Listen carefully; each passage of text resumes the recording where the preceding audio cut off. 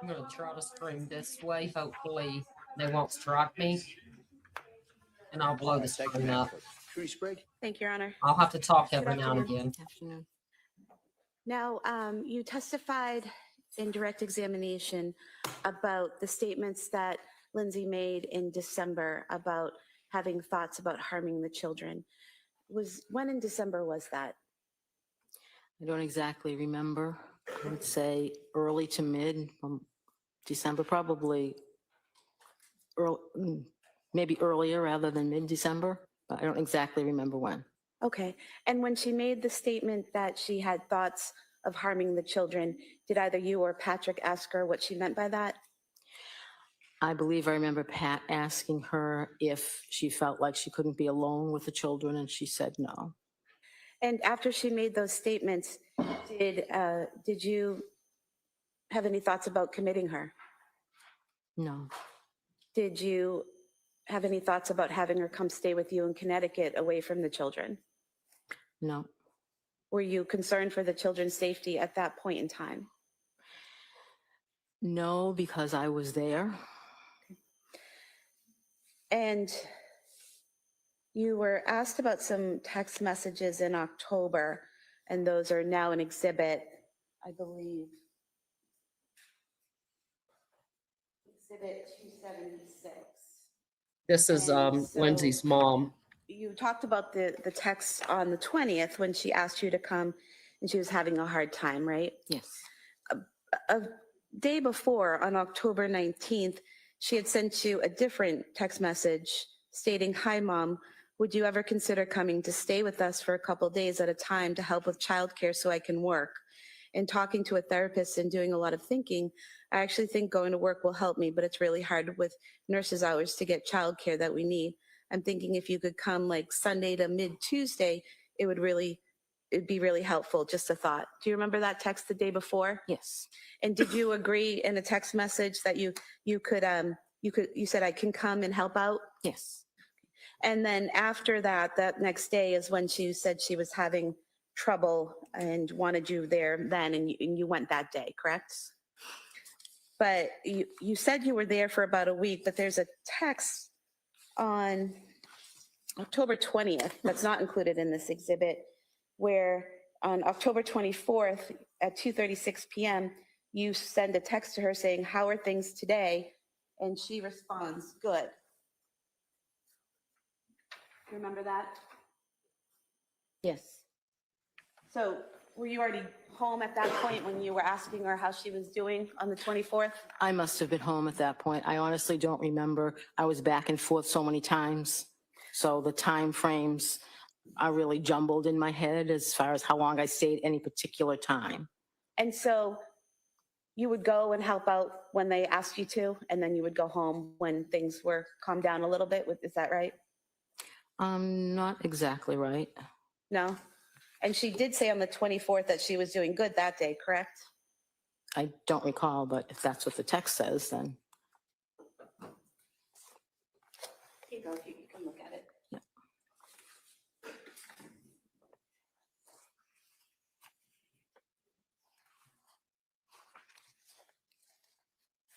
Okay. So she told you at that point on the 24th she was doing good, right? Correct. You have this page marked as the next exhibit. Any objection? No. That may be marked. 277.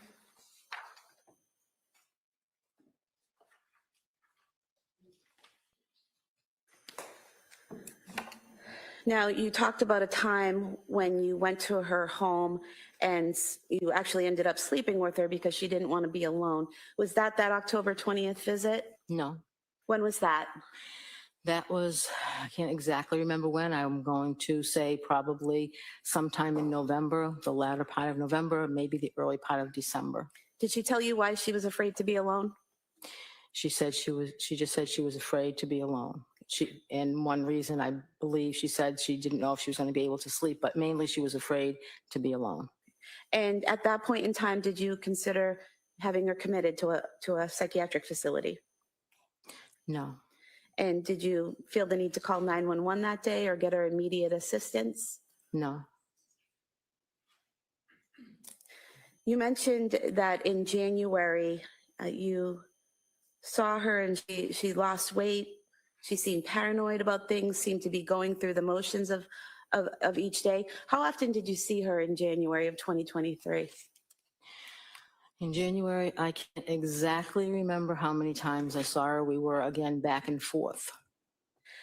So we have Exhibit 238, which have all of your text messages with Lindsay in January of 2023. And I just want to go through some of them with you.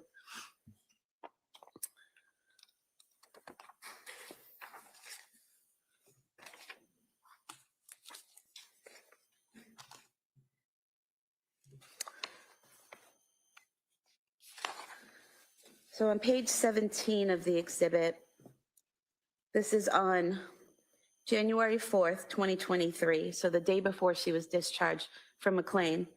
And she sent you a text stating, "Think I'm coming home tomorrow evening, exclamation point. I talked to the doctor and I made up a follow-up appointment with my other psychiatrist besides Rebecca for Friday morning. So she said she'd be okay with me leaving Thursday around 5. Do you remember getting those messages? Yep. And were you staying at the home helping out with the kids at that point? Yes. And did you go to Cora's birthday party on the 7th? I did not. It was a children's party. I stayed home with Callan.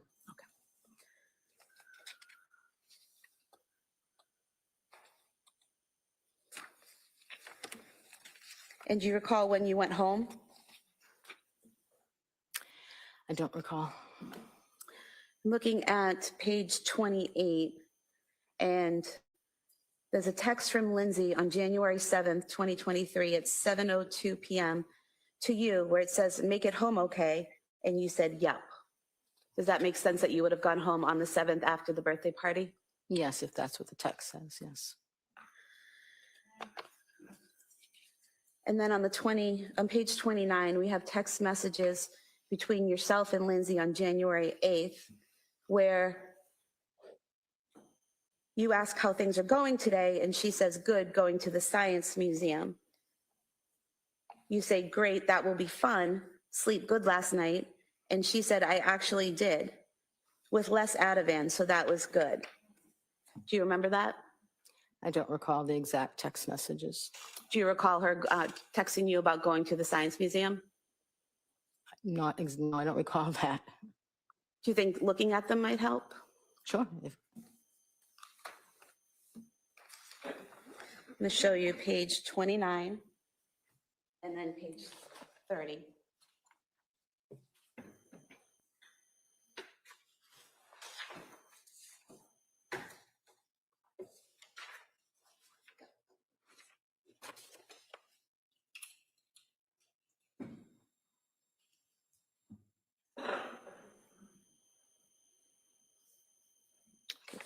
Does that refresh your memory? That's what the text says, yes.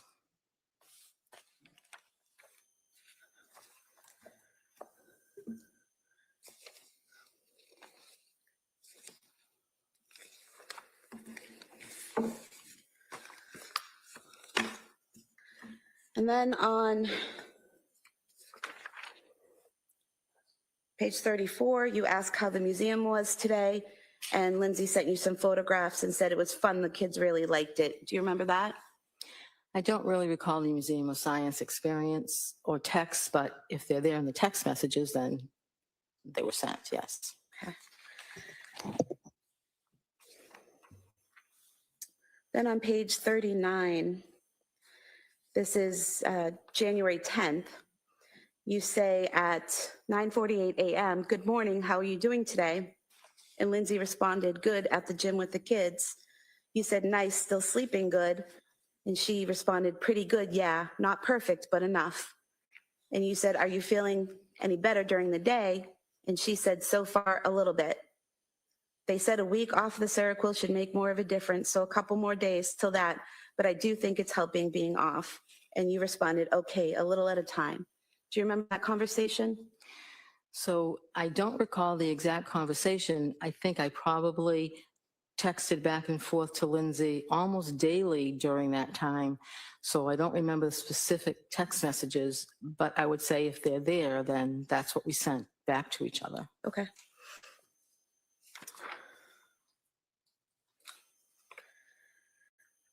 And then there were further text messages that day.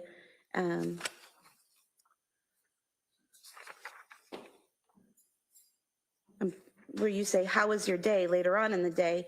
And she said it was good, played with the kids a lot, were able to go outside, Kingsbury Club and gymnastics, kept them busy, and me too. So do you remember her talking to you during that time about going to gymnastics and going to the Kingsbury Club and things like that with the children? I don't remember the specific text, but I do remember her doing things with the children, yes.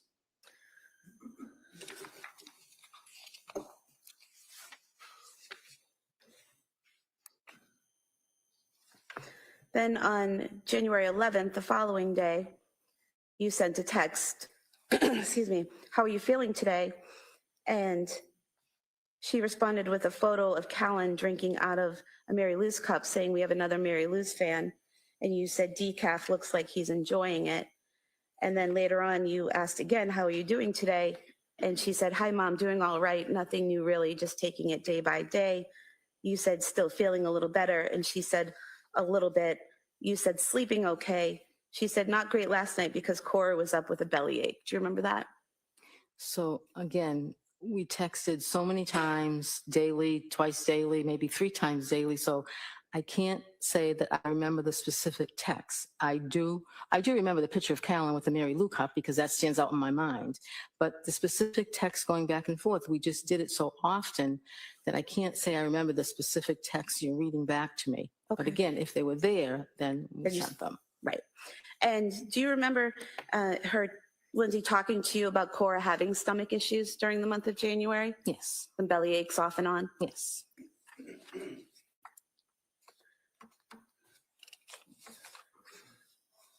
And then January 13th, again, you're checking in with her. Hi, Lindsay, how are you today? She said, hi, Mom, pretty good today. How about you? And you asked about the little ones, and she said, all good, went to the gym this morning, just hanging out, and now they have no school today. And then the following day, again, you're checking in. Hi, Lindsay, how's your Saturday going? She said, hi, Mom, it's going well, just hanging out. It's yucky here. So these are like daily check-ins that you're doing, checking in on her, seeing if she's okay, seeing if she's feeling better, seeing if she's sleeping well, things like that, right? Yes. You also asked her that day on the 14th, do you feel any different since being off the Seroquel? She says, not as much as I was hoping, going to talk to my psychiatrist about it on Monday. You say, but some. She says a little, but I still don't feel like you, but then she corrects it to me. And you ask her if she's gonna be able to get outside with the kids today, and she said she's gonna try. So similar conversations to that where you're talking about medication and how she's doing on the medication? Yes, I get. Then the following day, on the 15th of January, you say, good morning, is it a good morning for you today? She says, good morning, it's pretty good going to an indoor water park. And she tells you that it's at the Cape Cotter. Do you remember them going to the Cape Cotter water park? I do remember them going there, yes. And then on the following day, on the 16th, you actually texted her, how was the water park yesterday? She said it was fun, Cora and Dawson enjoyed, Callan didn't know what to think of it, couldn't get any pics because it was too hectic, keeping track of them in the water and stuff, and it was busy, but it was a good time. Does that sound familiar, that they had a good time that day? And you asked her that day if she had anything planned, and she said Pat took Cora skiing, so she was hanging with the boys. Do you remember that? Not specifically, I don't remember that text. She, that same day, sent you some photographs of Dawson doing a drawing of a firefighter and Callan. Do you remember those, receiving those? I do remember the pictures, yes.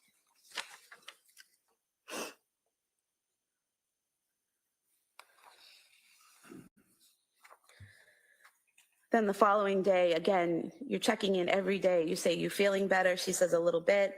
You said still taking the same medication. She said yes, about to have an appointment with her psychiatrist. You said, let me know how it goes. And she said, okay. And then she responds back after her appointment. She recommended another antidepressant since my mood is still very low off the Seroquel. You asked her how she felt about it. And she told you she just wants to feel like herself again, but she's up for trying it. And she just wants to get back to who she was, right? Sure. And She told you it was amitriptyline. Is that right? Do you remember that? I don't remember the medication.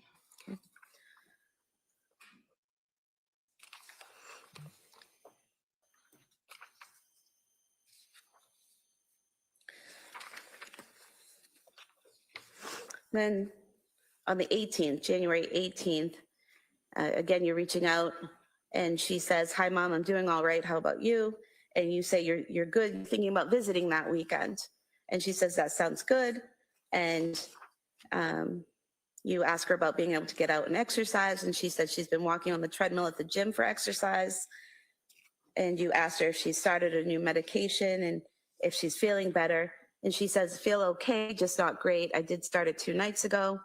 You said, "Is that the one that takes a while to feel the effects?" She said, "Yep, weeks." And you said, "Is the okay that you're feeling now better than what you were feeling a few weeks ago?" And she said, "Yes." Do you remember that? Again, I don't remember the specific text, just remember texting back and forth daily about how she's feeling, about, what's different medication-wise, but I can't say I remember that specific text that you're reading me. But again, if they're there, then they were done by us. Right. And so on the 19th of January, again, you're checking in and say, "How are you feeling today? Can you tell if anything's different with the new medication?" She says, "I'm feeling all right. Nothing new really yet because it takes weeks to really work, but I'm okay." You asked if she's still sleeping well, and she says decently, and the kids get up a lot. So again, more of the same check-ins daily, seeing how she's doing, seeing how she's sleeping, right? Correct.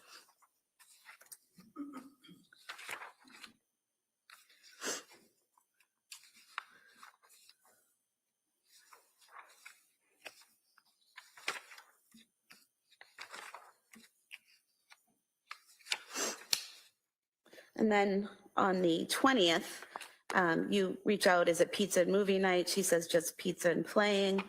And you tell her you're leaving at 9, bringing dessert for the kids. And she says, "Sounds great." So you're talking about your visit that weekend. Is that right? Yes.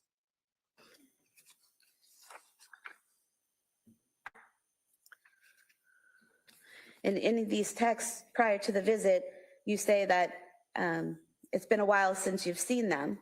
So it sounds like from these texts, you're checking in with her every day from January 7th, 2023, all the way up to your visit on January 21st, 2023. You're checking in with her. So you're at home in Connecticut from the 7th until the 21st. Correct.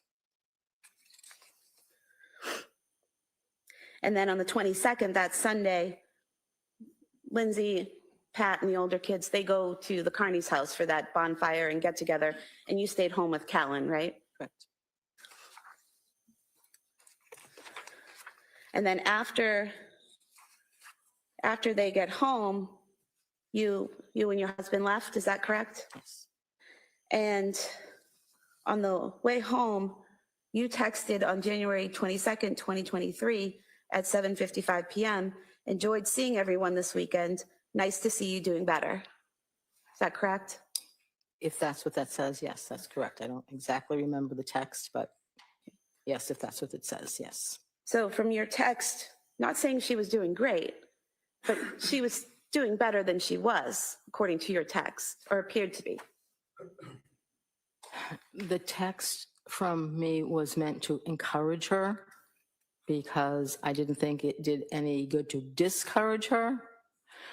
So the text was meant not necessarily what I actually observed that weekend, but it was meant to encourage her because I was encouraging her to do things with the kids to kind of try to get back to normal. So it's not necessarily a representation of exactly what I observed that weekend. But that weekend, she was able to go to a friend's house with the older kids and Pat and spend a few hours there, correct? Correct. And she was able to do activities and hang out with you and your husband. There's a photograph and evidence of the two of you sitting on the couch smiling and hanging out together. So you were able to interact with her, correct? Correct. The photograph was taken by Cora because Cora wanted to use my phone and take her picture. So Lindsay and I were going to put a smile on our face and let Cora take a picture. Yes, but again, there was other observations I made that weekend, but it was not, I didn't think it was in Lindsay's best interest to discourage her or point out those, because she was making every attempt to feel better and to do things to make herself feel better. So as a mother, I was encouraging her. Well, you didn't say, "I hope you feel better," or "you're going to get there," or "you're doing it." You actually said, "Nice to see you doing better," correct? That's what you wrote? Those were my encouraging words, yes. And from January 7th up through January 22nd, Lindsay repeatedly told you she was doing okay, she was feeling a little bit better, not completely better, not 100%, but she kept telling you, "I feel a little bit better, I feel a little bit better." You even asked her, "Is the better you're feeling now better than a few weeks ago?" And she said yes, correct? That's correct, without my observation of her. And what she was responding to you in text, correct? Correct.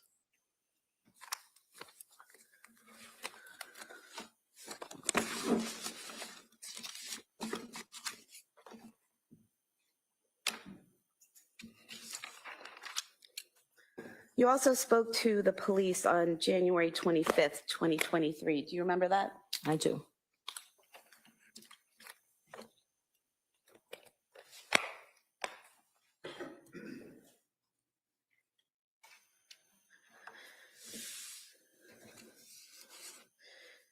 Do you remember telling the police that Lindsay seemed to be improving since leaving McLean? I do not recall. I remember speaking to the police. I had just found out what had happened, and I was pretty much in shock. So anything I remember, honestly, I remember 2 things I told the police. Anything else that you have there, I must have said, but I don't recall them. I've been going through my mind. I can honestly recall 2 things I told the police during that interview. I was pretty much in shock. Okay, so do you remember telling them that she seemed brighter lately? I don't recall.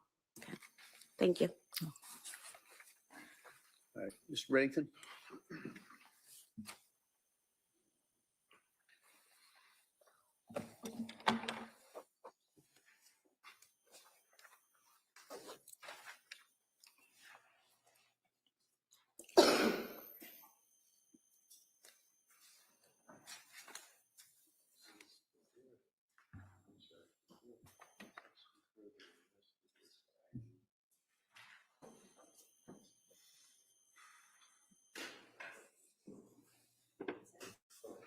What do you want?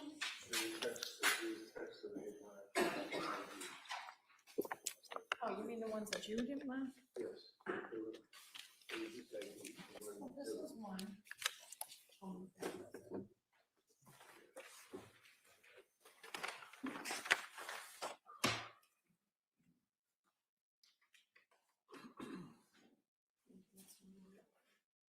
That's all right, I can check later. Just looking here through the exhibits, District Attorney stood up and said to you that I had introduced into evidence and showed you Exhibit 276, which would be a list of text dated on October 19th. Do you remember that? It was the black one, it was the copies, it wasn't green. Recall that this was introduced into evidence? Do you recall her questioning you from this? On October 19th? Yeah, this is the one that I had introduced. Welcome in, everybody. 276, and the date would be October 19th, your text thread. Oh, yes, yes, Okay. yes, I'm sorry. And then she said, well, there's something missing, and went up and said to you, this text, which would be 277. You recall that? I'm going to show it to you.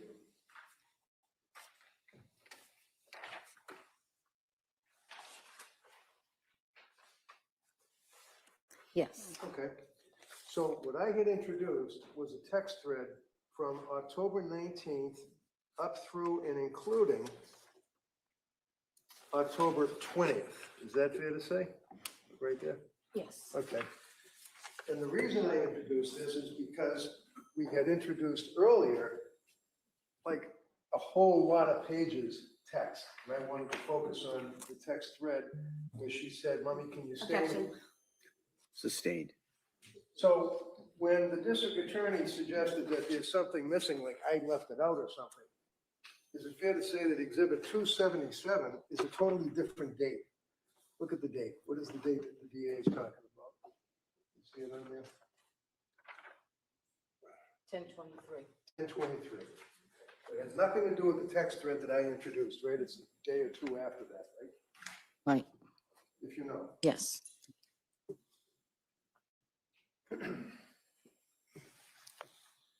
Now, we had introduced into evidence also the Celebrate record as Exhibit 238 that the state police for the district attorney's office had printed out. That is only the month of January. Do you recall that Yes, testimony? yes.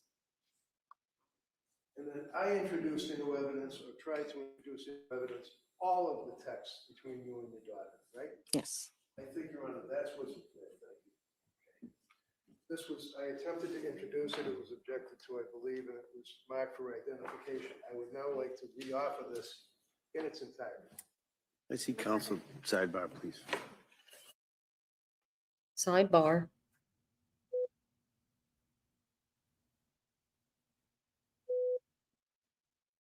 We probably have another hour and a half left.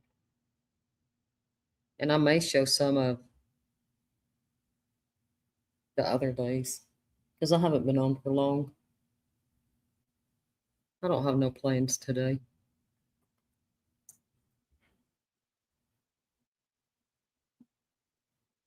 That is if they don't strike me. They haven't yet, so they probably won't.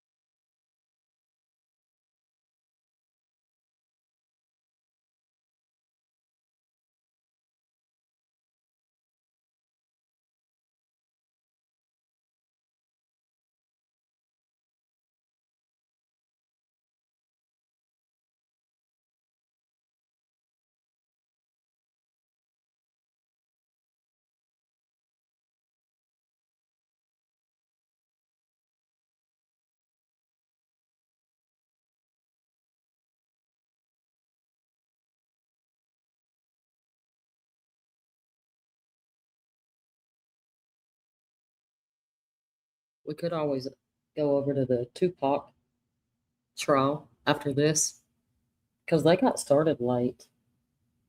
So they may go a little longer.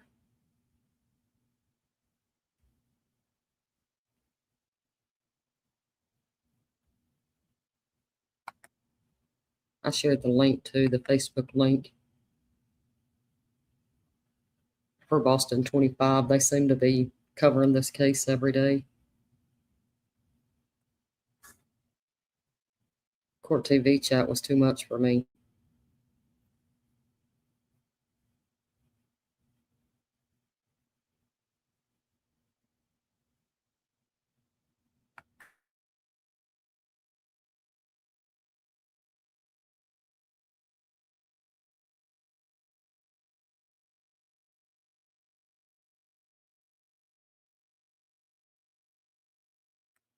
Has everybody been watching from day one?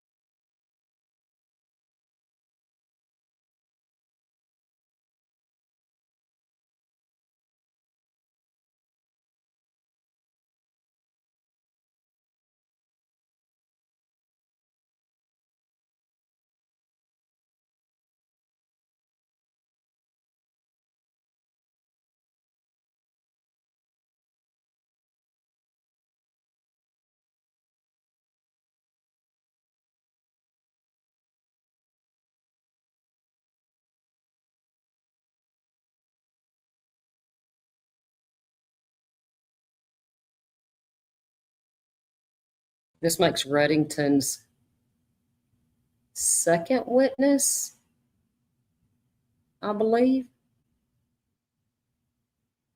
Is it 2 or 3? It was the sister and the mom. No, it was three. Because it was her co-worker, and then it was her sister, and then her mom.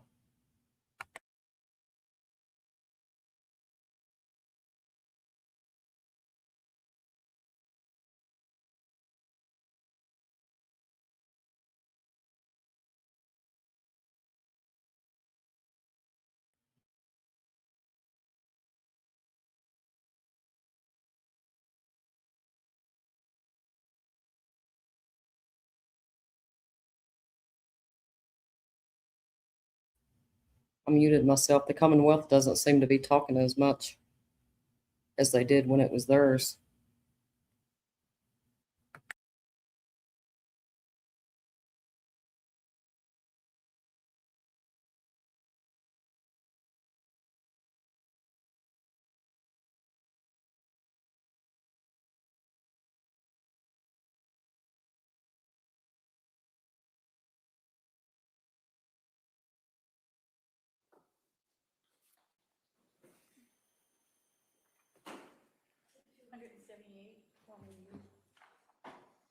Thank you very much. That's all I have.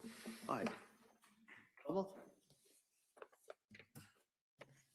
And when you were asked about Exhibit 271 and the text messages on October 23rd and October 24th, that was to establish when you left the home that week of the 20th, correct? Because you said, how are things today? And she said, good, implying that you were no longer with them, correct? I believe so, yes. All right. Anything on that, counsel? Oh, no, thank you. All right, thank you, ma'am. Let me sit down. Thank you.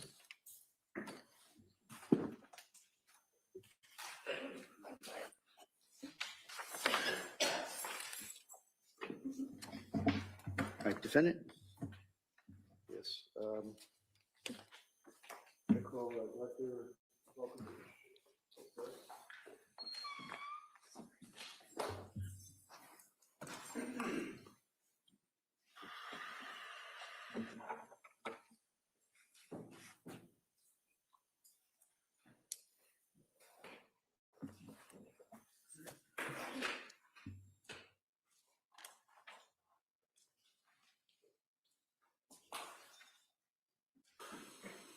I'm doing my chores as I stream this, so I'll be back and forth. I'm listening, but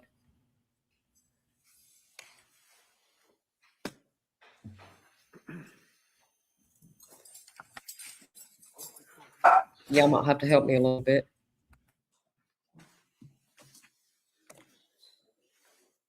Good afternoon. You solemnly swear that the testimony you give in this issue is correct and true.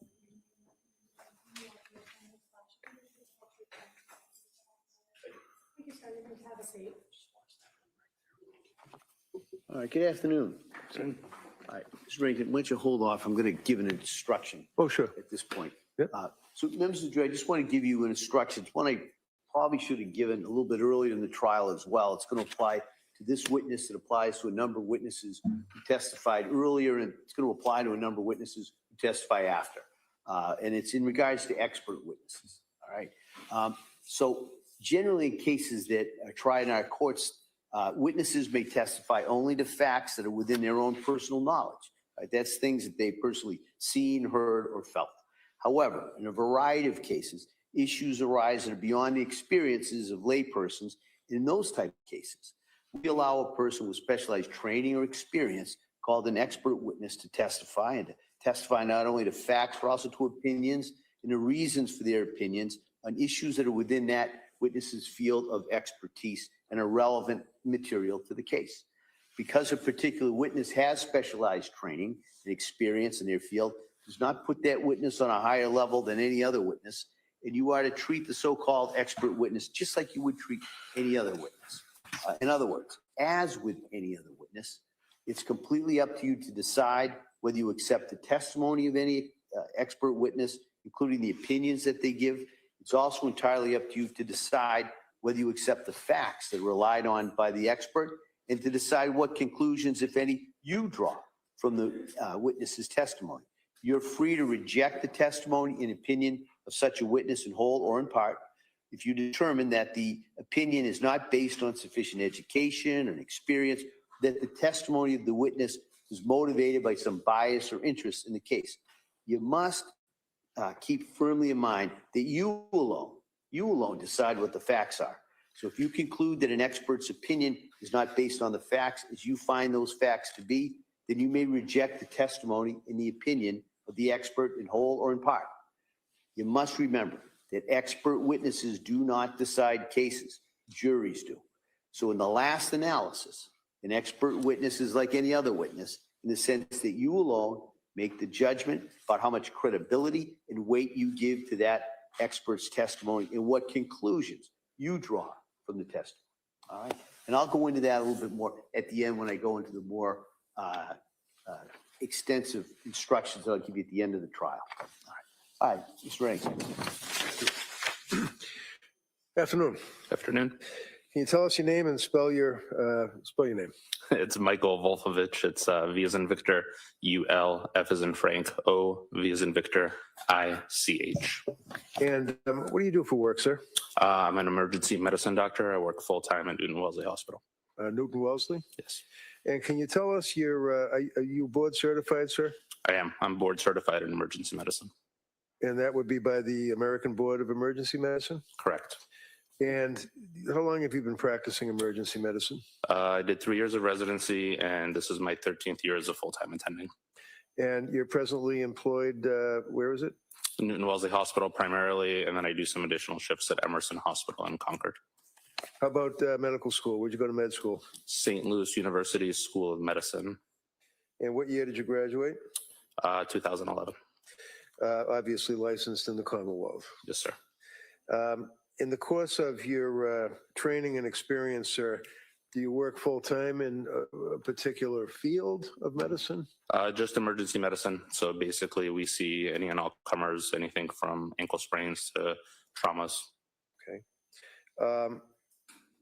Did I ask you to review some documents regarding this particular case involving Lindsay Clancy? You did. You asked me to review the, Sorry, what you reviewed. oh, sorry. You asked me to review the photos from the crime scene and then the emergency medical records from South Shore Hospital, Brigham and Women's Hospital, and then the records from her hospital stay at Brigham and Women's Hospital. So in reviewing all of those various hospital records, sir, you're aware that on January 24th of 2023, she initially was transported to South Shore Hospital. Is that correct? Yes, sir. And can you tell the jurors what's treatment she received at the South Shore Hospital briefly? So she arrived with a GCS of 10, meaning she was not really very responsive. Let me interrupt you just because that, what did you say, a G6? GCS, Glasgow Coma Yes. Scale. Okay, slow down, because I don't understand. What is a GCS? It's a Glasgow Coma Scale. It's a series of things that we look at to determine how responsive somebody is, you know, whether their eyes are opening spontaneously, whether they're able to speak on their own, and whether you're able to understand what they're saying, and then how much, if at all, they're moving, whether they're moving spontaneously, whether they can follow commands, that kind of thing. Okay, so the Glasgow Coma Scale GCS of 10, what does that tell you as an emergency room doctor? Tells us that she was not very responsive on arrival. It sounds like she was not speaking intelligibly, and the doctors at South Shore Hospital were concerned about her ability to maintain her own airway and made the decision to intubate her, which means putting a breathing tube down her throat into her lungs and placing her on a ventilator and sedating her. Was she also, what would be, I guess, referred to as hypothermic? She was. What does that mean? Means that her body temperature was below what's considered normal. So in her case, her core body temperature was, I believe, 82.1 degrees, which would put her into severe hypothermia. And did you note that she was tachycardic and hypotensive? Yes. What did that mean? So it means that her heart rate was above 100, and hypotensive means that her blood pressure was below what is considered normal. And South Shore Hospital, were they able to stabilize her? It sounds like they were able to stabilize her by placing a breathing tube in her neck, in her throat to help with her breathing. And then they basically proceeded to obtain a bunch of imaging, started her on medications to sedate her and artificially raise her blood pressure. They started working on rewarming her. And then in conjunction with the trauma team there, they made the decision that she would be better served at a hospital with a higher level of care. Okay. And can you tell us what the injuries were that she presented herself with to the South Shore Hospital? So there were multiple injuries. She had lacerations to bilateral wrists. When you say lateral, what does that mean? Bilateral, both sides. So she had a laceration both to her left wrist and to her right wrist, and then multiple superficial lacerations as well. And then she also had multiple superficial lacerations to both sides of her neck, the front of her neck, and 2 deeper lacerations to the sides of her neck. So when you say superficial lacerations and then deeper lacerations, do you recall what's the standard? What do you look for in something like that? So it's tough. Everybody will describe them a little bit differently. In her case, I would describe multiple superficial lacerations, which would typically mean kind of scrapes on the surface of the skin, nothing that actually gets through the full thickness of the skin. And then she also had full thickness lacerations, meaning that she made it all the way through the skin into the subcutaneous tissue, the fatty tissue. And then you would need to describe it further if any additional structures were injured, which in her case they were not. Now, in your experience for a number of years in the emergency room, have you had occasion to treat people that have tried to commit suicide or successfully committed suicide by cutting their throat? Multiple times. Multiple times. And can you tell us, in your opinion, to a reasonable degree of medical certainty, sir, as to whether or not this injury or these injuries that you observed were consistent with what you've seen in other suicide attempts? Sustained. Well, can you tell us, did that look like an effort to pretend or fake a suicide?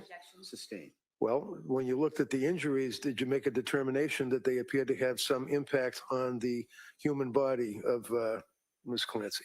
Yes. What was that? They were consistent with self-injurious behavior. The intent, I can't gauge, but Okay. Next question. Yep, thank you. How about the wrist? What did you observe about the wrist injuries, sir? so she had 2 full thickness lacerations, one on the left, one on the right. What does that mean?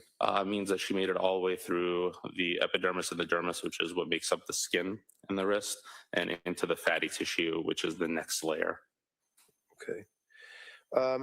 Are you familiar in your experience, sir, with hesitation wounds in a suicide attempt? Yes, to some extent. What does that mean? Means typically that they're more kind of subtle, weaker attempts to hurt yourself, not necessarily anything that's going to be deep to the structures of the skin, but more just scrapes along the surface. Okay, and you noticed some of those on the neck area as well, is that correct? There were multiple of those on both the neck and the wrists. As it relates to the injuries to the wrists, did you observe any vascular structures or penetration of the cervical, the fascia? There was not. Okay. What other injuries did you recall from reviewing the medical records? So she also had multiple fractures in her cervical spine, which are the vertebrae that make up her neck, including what's called a burst fracture of C1, and then other fractures of C4. She also had fractures of multiple levels of the thoracic spine. I believe she had multiple transverse process fractures on both the right and left. What does that mean, transverse fractures? Transverse processes are lateral projections, basically projections that go sideways off of the bone that allow the ribs to articulate, connect with the spine, and they also allow muscles to connect, and they help support the basically overall ring structure of the spinal canal. And was she then transported by med flight or life flight to a Boston hospital? She was.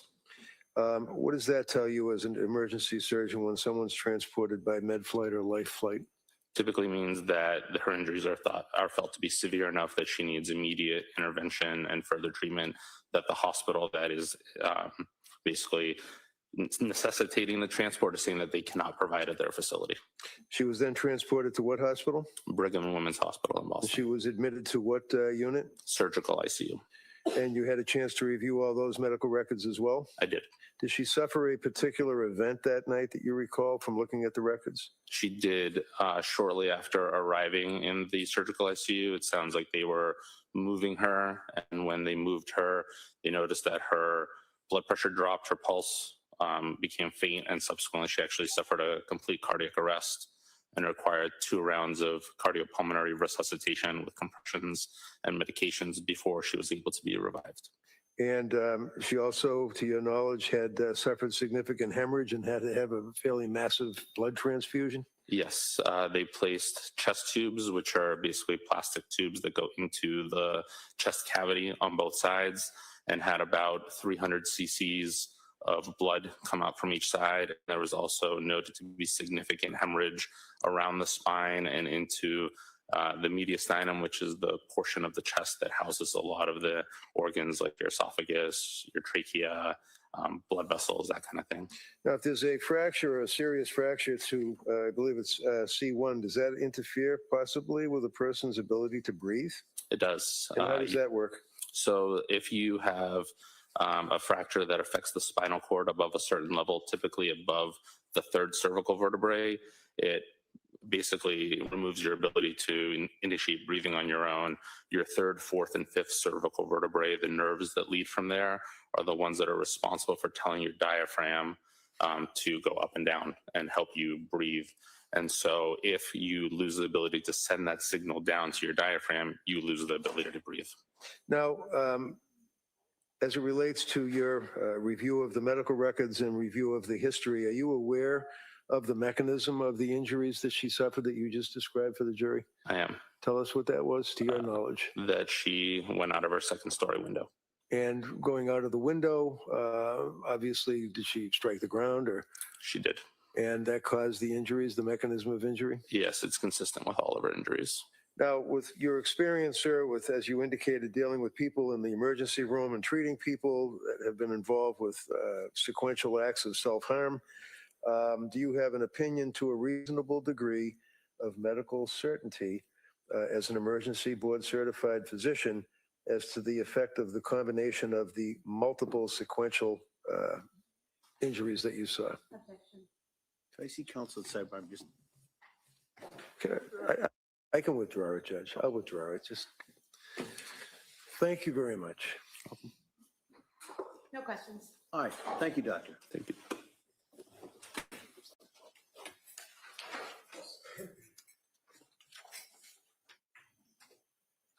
All right, counsel, now can I see it sidebar? Okay. Sidebar.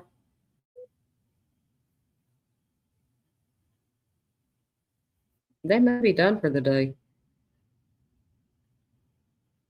If they are, I'll jump over to the other trial. Or a trial. I'm not sure if I don't know. We'll see.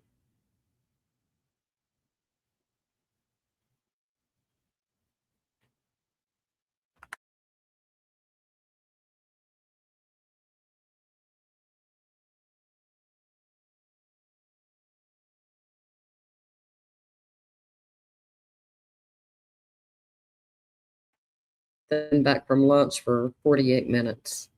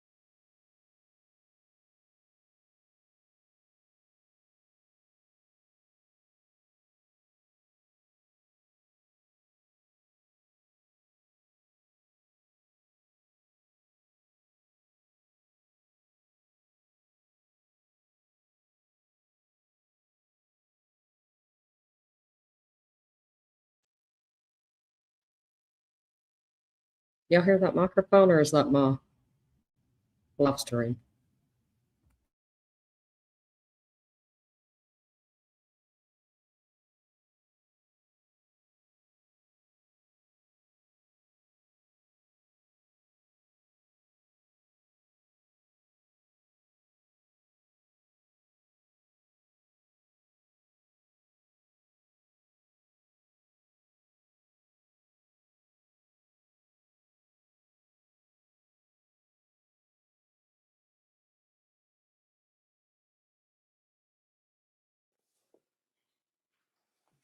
All right.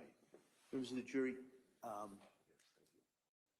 told you it was going to be stop and start, right? So we're going to stop now, but we're going to stop now the day for you. I figured Come that. back, I've got to talk to council about setting some things up logistically for tomorrow. All right, so tomorrow, the plan would be, hopefully we'll start right at 9 or right as close as we can. And They said maybe we have 10, a so pretty full day in regards to the witnesses. All right, so I'm going to excuse you till tomorrow. we may can hear some of this. I'm gonna Sometimes they remind let you, us. Don't talk about this case. Don't read anything about it or anything about any similar cases. Don't do any research. Don't listen to anything. Don't post anything. Don't go on TikTok. You kind of know where I'm going, right? So I'm going to ask you to follow those instructions again. I'm going to give you those questions, and I hope you have. Wow, they ended it. I wonder if Court TV's playing it. Let's look.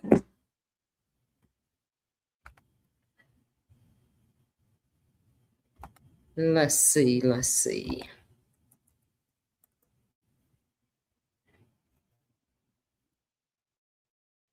I'm sure it'll pull right up for me.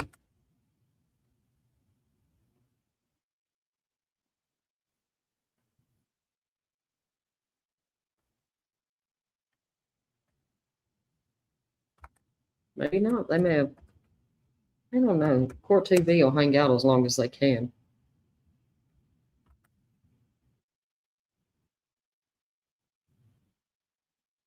So they're doing sidebar. So they're probably not going to let us see it.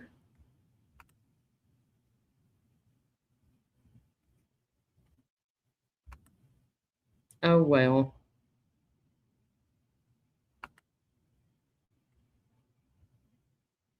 Well, we can start over from the beginning.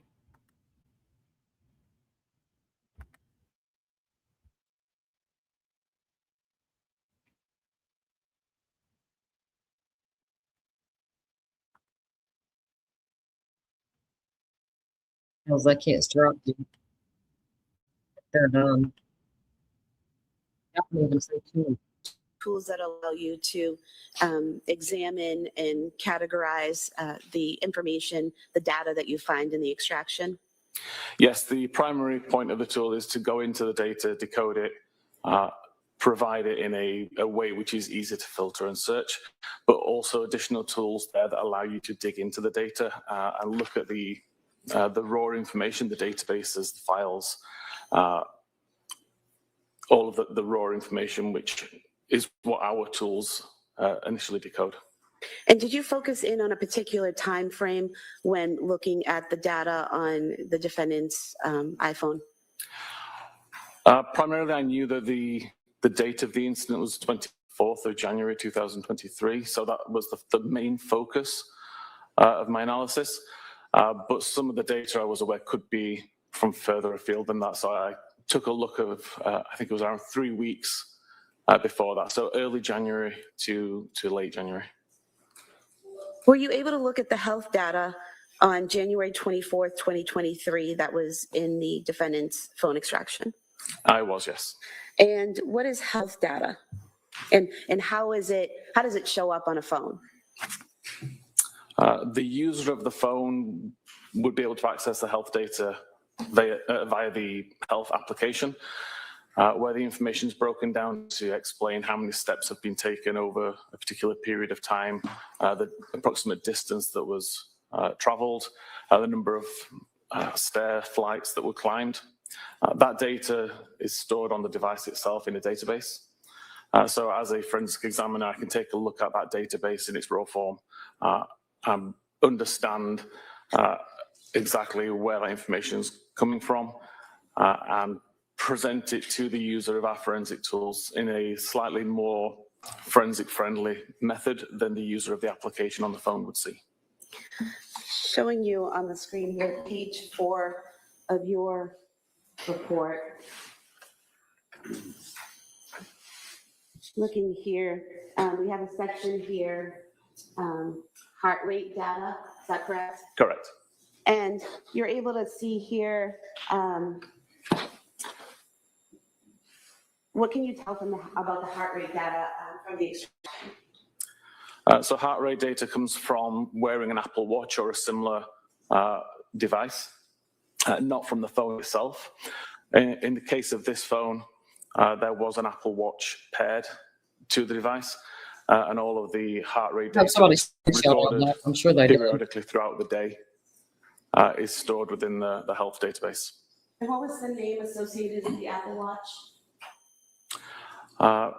So as it says in the third paragraph down, the Apple Watch itself was called Lindsay's Apple Watch.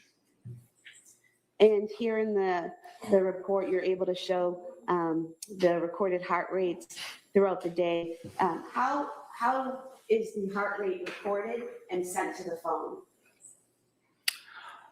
There are sensors on the Apple Watch itself on the rear, which periodically check the heart rate at any given time, and that information is sent to the phone via Bluetooth.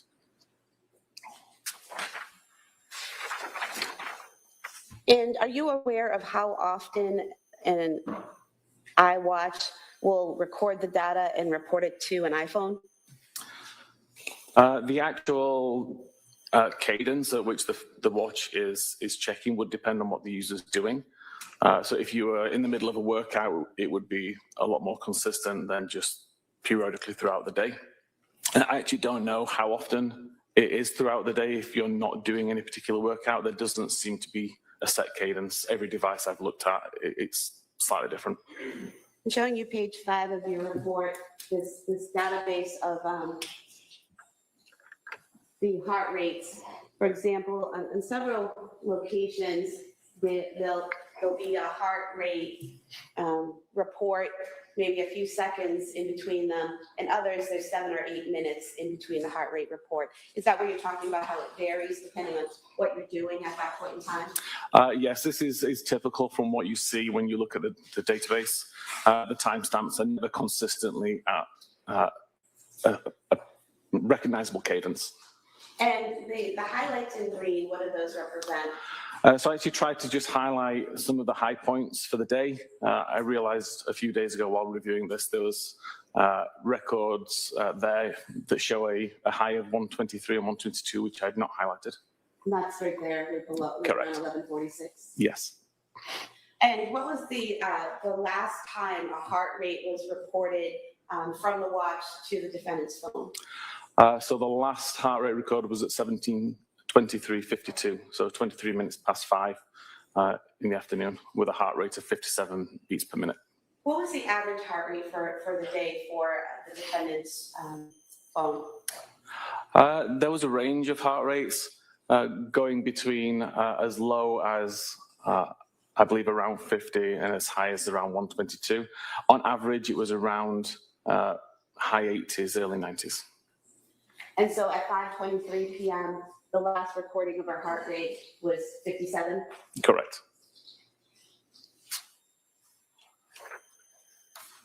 And there aren't any further heart rates reported to the phone after that point, correct? That's correct. And what are some of the reasons why a watch would no longer be reporting a heart rate to the phone? If the watch was taken off, if the watch was turned off. If the battery died? The battery was dead, yes.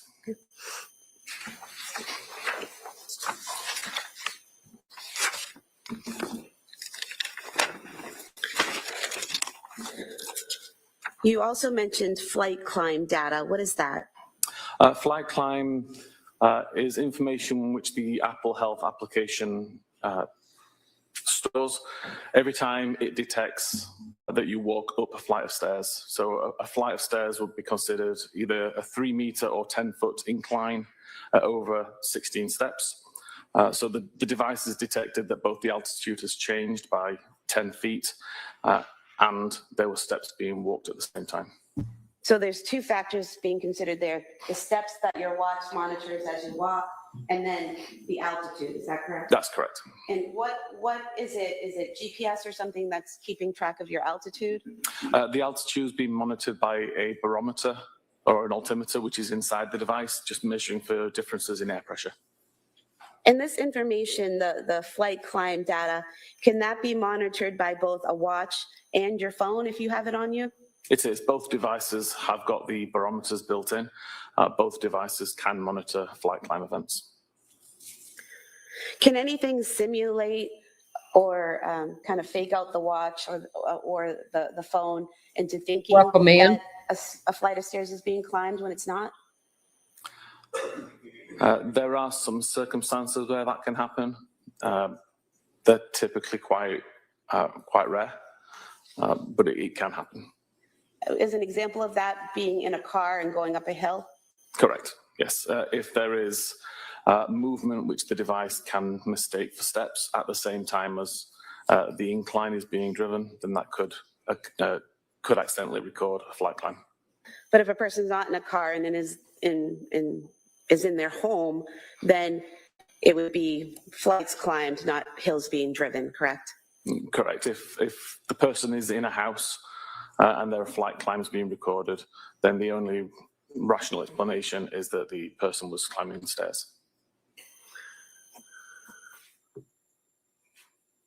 How is the data in terms of flight climb data, how is that data displayed?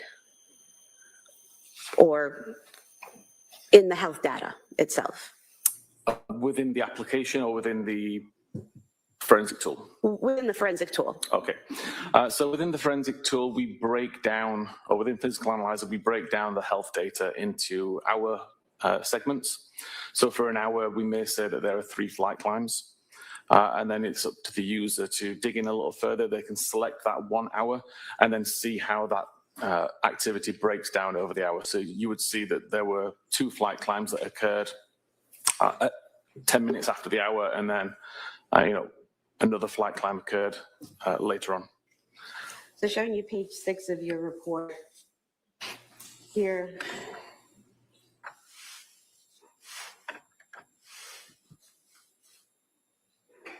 The top box here, is that showing the general hour data where 3 flights have been climbed? Correct. So in this case, the user is looking at a time period between 10 a.m. and 11 a.m. And the health data that's been pulled from the database has been aggregated. And it tells you that there's 98 samples being considered. The maximum heart rate during that hour-long period was 108. The distance traveled was approximately 759 meters. And there were 5 flights climbed within that hour. And then below that, you break that down a little further, correct? Correct. So this is further down the screen in the interface, where we can see actual time of 10:17:27, where there's 2 flights climbed. And again, another record at 10:17:28, where there were 2 flights climbed, and then a further flight climb at 10:49. And then going down to the bottom here, this table, what are we seeing here in this table? So you may have realized in the slide above where there was 2 flight climbs at 17 seconds past and 2 flight climbs at 18 seconds past. That's an unrealistic measurement. It's because one of those measurements comes from the phone and one comes from the watch. This table breaks it down to say which of these records came from the watch and which came from the phone, because there are some which overlap. So what you're saying is the prior table showed the 4 flights of stairs being climbed at the same time within seconds, which isn't rational. But this breaks it down to show some of that data is coming from the watch and some of it's coming from the phone, correct? Correct. So if we look at records at 4 and 5 here, for example, we can see a start time of 10:17:27 and an end time of 10:27:06, where the watch recorded 2 flight climbs. And then 1 second later, a start time, and 2 seconds later for the end time, we see the watch also detected 2 flight climbs. This is just the same 2 flight climb events that happened, but both devices recorded those flight climbs with slightly different timestamps. And that will happen if I'm wearing my watch and I have my phone in my pocket and I go up the stairs? That's correct.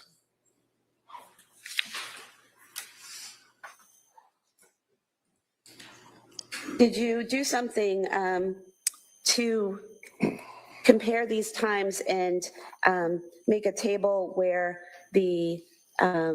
where you ignored or disregarded the double entries? I did. I tried to correlate and discard all of the duplicate information. So where there was an event of a flight climb that was recorded on the watch and the phone, rather than provide information that said there was 2 flight climbs, I would ignore one of them and limit it to just the ones which we could prove happened. And that's displayed here in this chart at the bottom of page 7 of your report? Correct.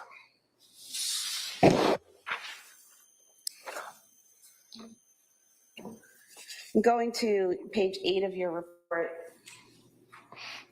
we have here at the top of page 8, does that show the last flight climbs recorded on either the defendant's phone or watch? It does. It shows that there was additional flight climb events logged by the phone, which were not logged by the watch, at 17:03 and 17:33. So these records indicate that at 5:03 p.m., the defendant's iPhone was with the person as it went up the stairs, and then at 5:33 p.m., the iPhone was with the person as it went up the 2 flights of stairs. Correct. And there's a time difference there. The start time is 5:33 p.m. and the end time is 5:38 p.m. For 2 flights of stairs. So that's roughly 5 minutes in between the 2 flights. Is there a way to explain that length of time? The way the Apple Health data records this information, aggregates it, it tries to group events together. So in this case, it would have recognized that there was a flight climb on the phone at around 17:33:34 and a second one at around 17:38:33, and it just grouped them both into one event. It doesn't mean that it took 5 minutes to walk up 2 flights of stairs. It's just within that 5-minute period, there were 2 flight climbs. So if I have my phone in my pocket and I climb up a flight of stairs and then I spend a few minutes on that floor, and then still with my phone in my pocket go up another flight of stairs, that's representative of what we're seeing here at 5:33? Correct. There tends to be around a 10-minute window where it tries to check every 10 minutes, but it can reduce that window in a case like this where it sees that there's group data within a smaller time period. And then further down on page 8, we have another table here, which seems to have combined data of heart rate and flight climb data. Is that correct? Correct.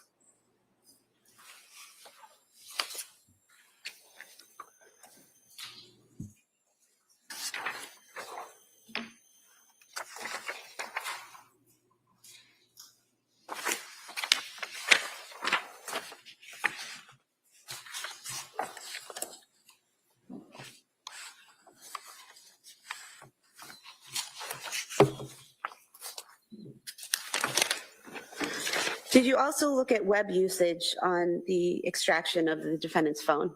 I did, yes. And what did you do to look at the web usage on the phone, and what time frame did you look at? For web usage, I expanded the time of interest to early January to the 24th of January, and just took a look at any web history over that time. There was over 1,300 records recovered. I took a cursory look down that list and highlighted some which potentially were relevant to the case, and then provided the 1,300 actual records as a appendix report. And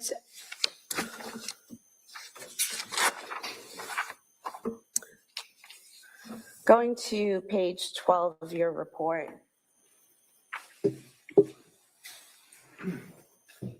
Looks like you started here on January 10th, 2023, is that correct? That's correct. And basically here you list various searches that occurred on each day between January 10th and January 24th from the extraction, is that correct? That's correct. Broken down by day with the time of the search, the website was visited, the title of the web page, and then the identifier in the database.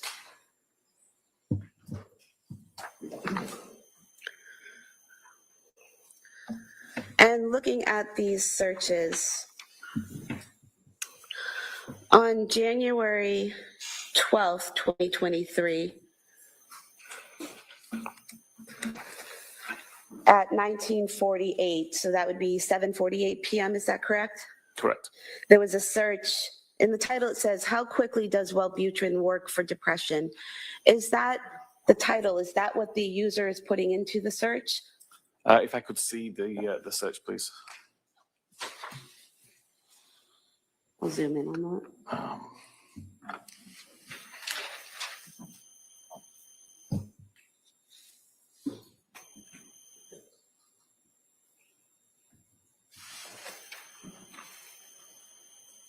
Yes, so the top entry here we can see starts with https www.google.com/search *Q. The text after the Q, how quickly does Wellbutrin work, is what the user searched. Typically that is exactly as the user typed it, assuming that there are no auto-completions in place. In this particular case, it appears it was searched using Safari. So there's no auto-completion. That is essentially what the user typed in. And then the title, how quickly does Wellbutrin, I can't say that word, I'm afraid. Wellbutrin, thank you. Work for depression, Google search is the title of the page which Google assigns. So where it says after the Q, how plus, quickly plus, does plus, the user's not putting in those pluses, correct? Is that, what were you calling those?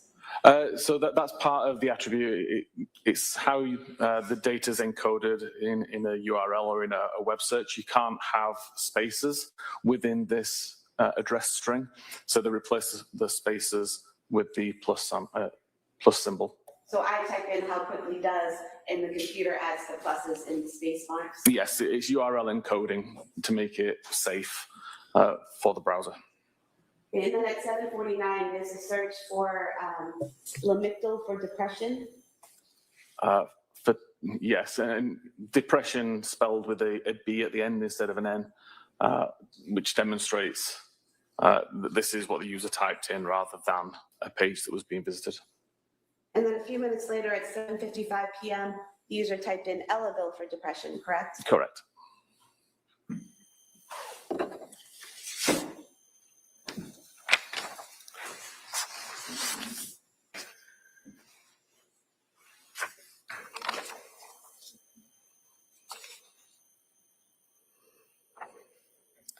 And then on page 16, on January 18th, 2023,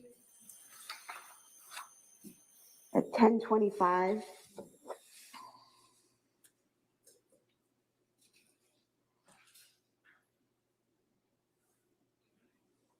we have a search there, ketamine for suicidal ideation, is that correct? Correct.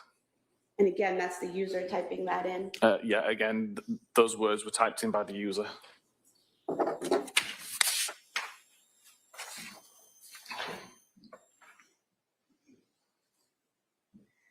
And then on January 19th, 2023, on page 17 of your report,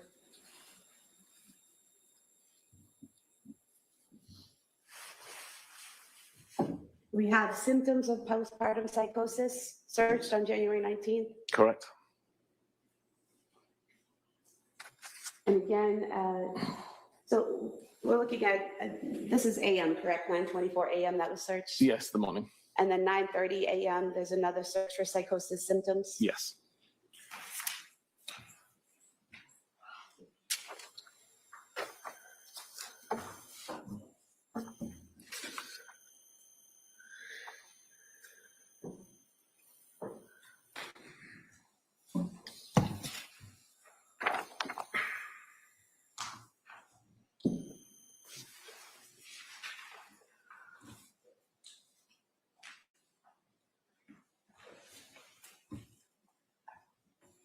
Going back to that same page, page 17, at the bottom for January 24th, we have here searches for kids Miralax at 4:02 p.m. and takeout 3V at 4:13. Now we got to go help people customize and save hundreds with Liberty Mutual. Mimi, where's the golf cart? There it is. Only pay for what you need. Liberty, liberty, liberty, liberty.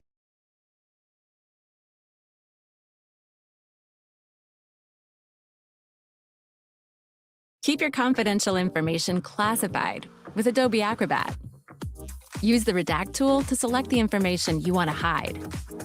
And it's gone for good. Now you're ready to share securely.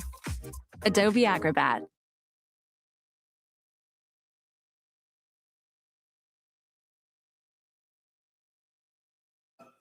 No, there's no real auditable log to look back and see how many times it's been modified over the course of its life. I was able to do some amount of recovery to see that on the day it was created, it started in a very similar way to as it's written on the 24th or 23rd of January, but the exact changes between when it first was created and the last time it was modified, we don't know. And then you also looked at messages, correct? Correct. And were you able to compile the messages that were sent and received between the defendant and her mother and the defendant and her husband on January 24th, 2023? I did, yes. And were you able to arrange it using the tools that you use in a way that looks like you might see it on your phone? Yeah, I tried to prepare it in a report, which would be easy for any viewer to understand based on their own usage of text messaging. So showing you page 19 of your report. What we have here is an enlarged version of what you might see on your phone, correct? Correct. And so someone's, is this in blue, is this Lindsay's phone? It is. Leave it over there. Messages in blue on the right would be outgoing. The messages in gray on the left would be incoming. And so we have a photo being sent out from Lindsay's phone to her mother, and then a reply coming back, and that pattern goes on and on, correct? Correct.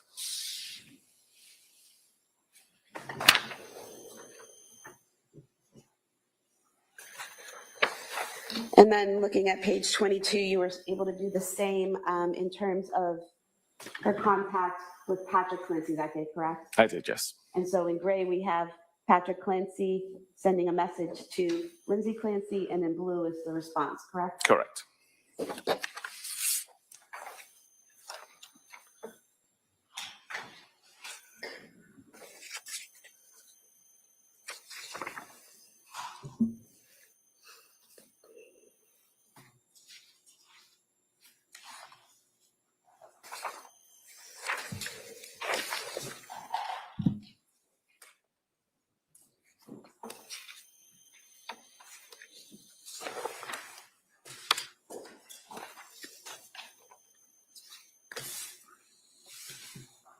Were you, excuse me, were you also able to look at the phone calls that occurred either incoming or outgoing to the defendant's phone on January 24th, 2023? I did, yes.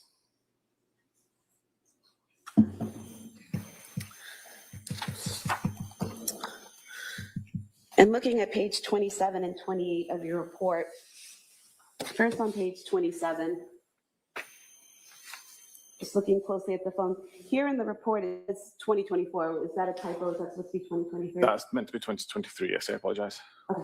And so what we see here, can you just tell us what these columns are? Yeah, the start time of the call, typically when it is answered by the recipient, the end time when the call's ended. The metadata is information including who the call was to or from, how long the call lasted, and then the reason that the call disconnected, and then a record ID. So if you had the database, you could go in and find this record based on the ID number. And looking at page 28, This is the continuation of that table regarding the phone calls, is that correct? Correct. And so what we're seeing here is at 17:33, which would be 5:33 p.m., there's an incoming call from Patrick to Lindsay's phone, is that correct? Correct. And it says duration 8 seconds, I'm sorry, 0 seconds. Does that mean it was not answered? In this case, it was an unanswered call. And then at 5:34 p.m., roughly a minute later, there's an outgoing call from Lindsay's phone to Patrick's, correct? Correct. And that call was approximately 14 seconds? Correct. And then at 6:09 p.m., another incoming call from Patrick to Lindsay that went unanswered? That's correct.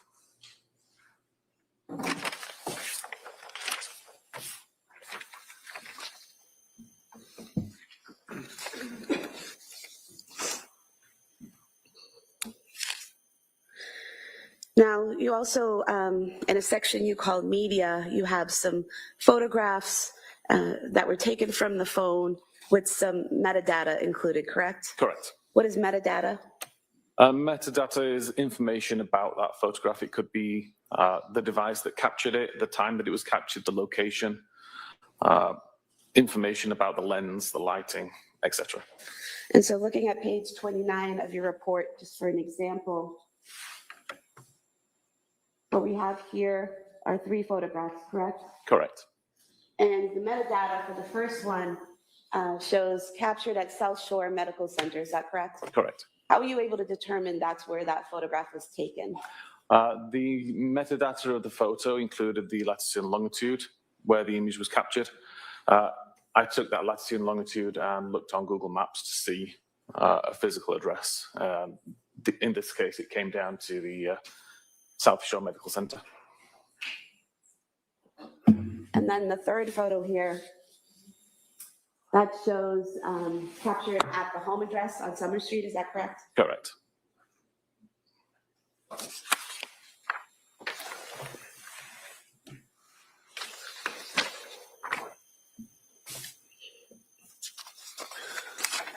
And then you looked at device usage. What is device usage? Device usage would relate to how the user is operating the device. So when they have it unlocked, locked, what applications being used at any particular time. Essentially anything which is not a message or a phone call or results in additional data like that.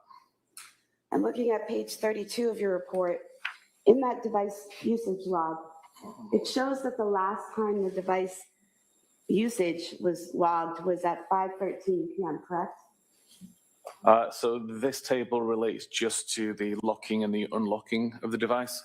So the last time the device was unlocked was at 17:13:16.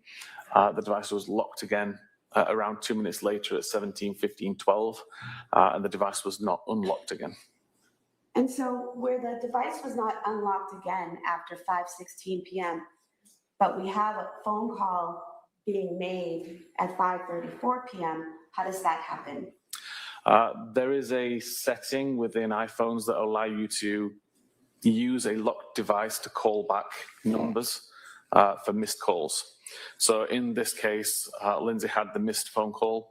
That would have shown on screen as a notification as a missed call. And without unlocking the device, you're able to call that person back. So you just press on the icon that shows up, you have a missed call, you press on that, and you can call the person back without unlocking the phone? Correct.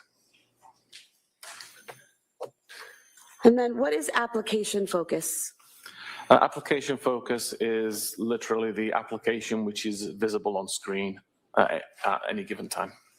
And at 4:13 p.m., 16:13, on January 24th, you've highlighted it in green here. What are we seeing there? At 16:13:23 until 16:14:50, the Apple Maps application was being used, visible on screen.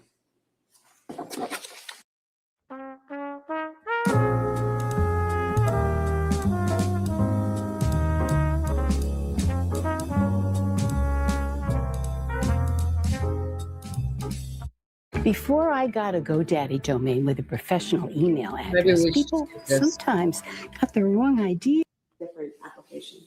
So at 5:13 until 5:14, it was mobile Safari, so the mobile version of Safari, the internet browser, was on screen, and at 17:14:47 until 17:15:08, it was the mobile SMS or messaging application which was on screen. So do you just look at the part that's in parentheses to see what application was open or being used at the time? Correct. What application was on screen at the time? So for example, where it says 17:34, which would be 5:34 p.m., and in parentheses is in-call service, does that represent a phone call? It does. That's the screen that indicates you're in a phone call. And staying with the same page, page 34, you've made some notes here. Let's go out a little bit. Regarding Apple Maps, Safari, and messaging. So can you just explain what you pulled from the data for Apple Maps?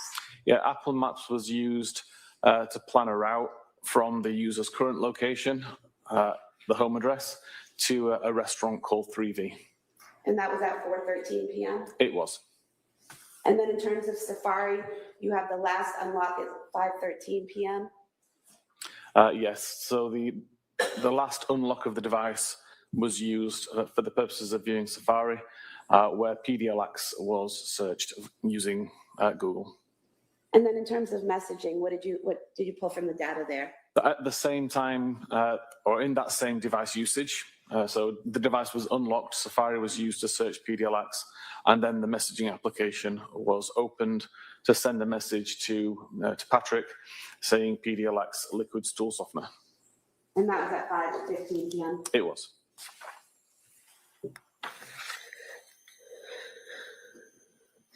And then did you create a timeline combining all the data that we've talked about into one timeline? I did, yes.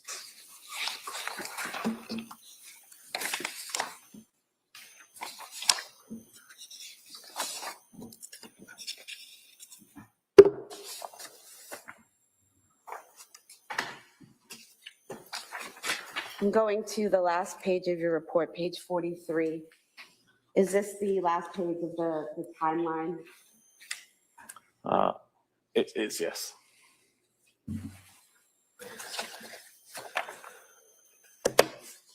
And in that page, can you explain what we're seeing here? Yes, so the very first column is the timestamp. The next few columns, which show typically colored, is related to the activity, which will become a little bit clearer in a moment.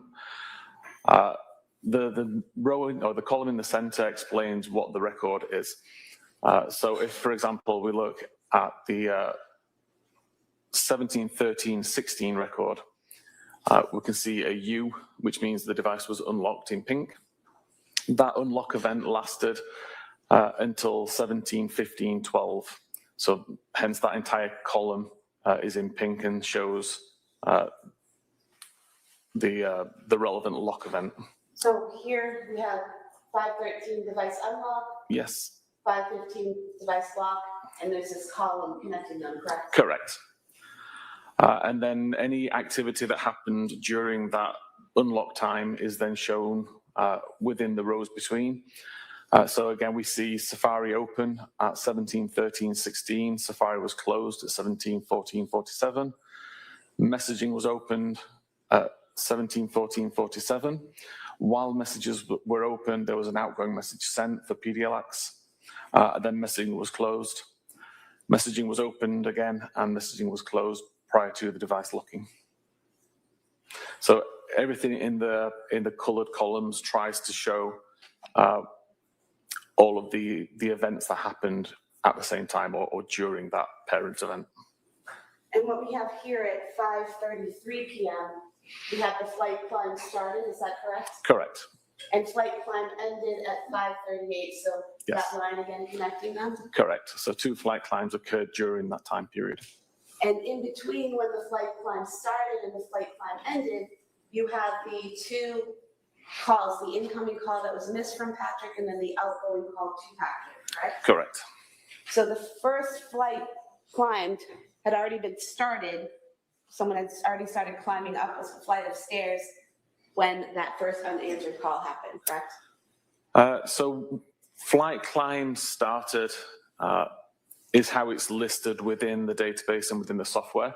But it actually, the flight climb time is when the flight climb has been recognized by the device as the device has already climbed up those stairs. So even though it says flight climb started, that's technically the time that the flight climb or the first flight climb had ended. So where it says 5:33, 34 flight climb started, that actually indicates the person has gone up that first flight of stairs already. Yes, that indicates the phone has now realized I'm 3 meters higher than I was the last time I checked. Therefore, a flight climb has already been completed at that point. And then the calls happen, and then the phone realizes at 5:38 that another flight has been climbed. Correct.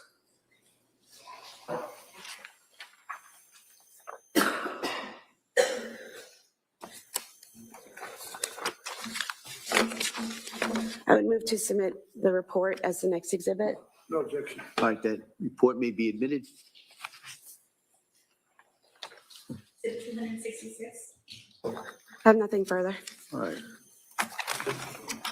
All right, so members of the jury, remember I said it might be a little stop and start here today. This is one of those stops. All right, so we're going to take a short break and then we'll come right back and we'll return for the cross-examination of this witness. Okay? All rise, please, Your Excellency.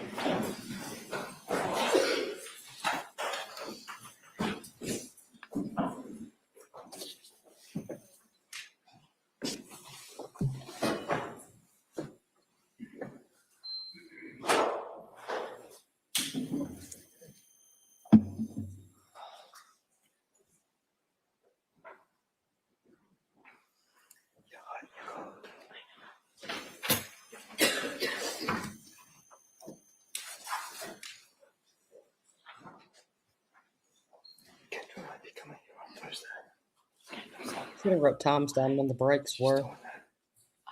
I'll remember that tomorrow. All right, so the court will be in a short recess Yes, it's just at short. this time. Thanks. All rise.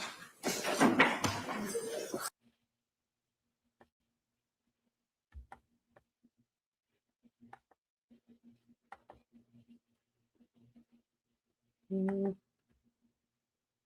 Hey, There. That was lucky.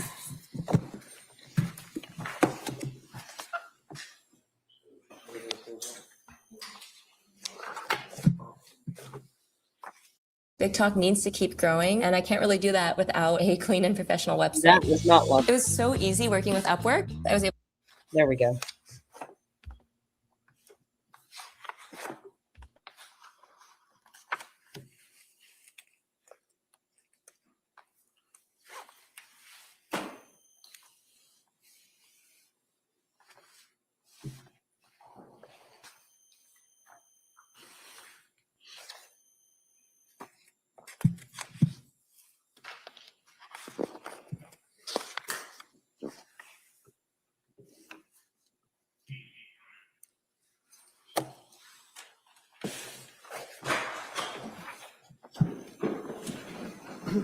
All rise, please, Your entering.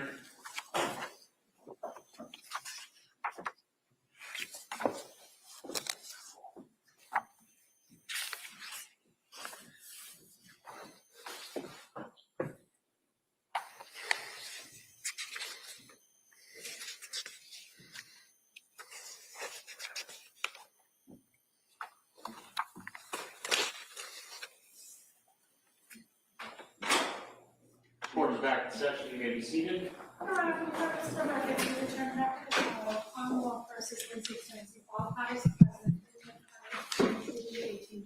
All right, thank you, Madam Clerk. Mr. Reddington?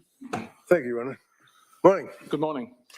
Mr. Whiffen, just a couple of things. One of the takeaways or question that I had is that you were talking about, in reference to the Apple Health data, it's fair to say that there's an issue as to the accuracy or reliability of the Apple Health data. You've actually done research on that. I've done research on it, yes. Okay, and one of the things that you did is back about a year ago, June 28th of 2025, you did a blog article on Apple Health accuracy and reliability, and it talked about using a pitch, which I think is, you guys refer to like a football field. It was a rugby field, yes. And then you had somebody put the watch in their right pocket, somebody with the left pocket, and then someone else held it in their hand, you measured it, and things of that nature, right? Correct, it was 3 phones. Some of the things were off a little bit, but basically you put that in your report and you were able to draw your conclusion as to the accuracy and reliability, as you say, of the Apple Health data, right? Correct. Now, if someone is wearing an Apple Watch, is that what records heart rate?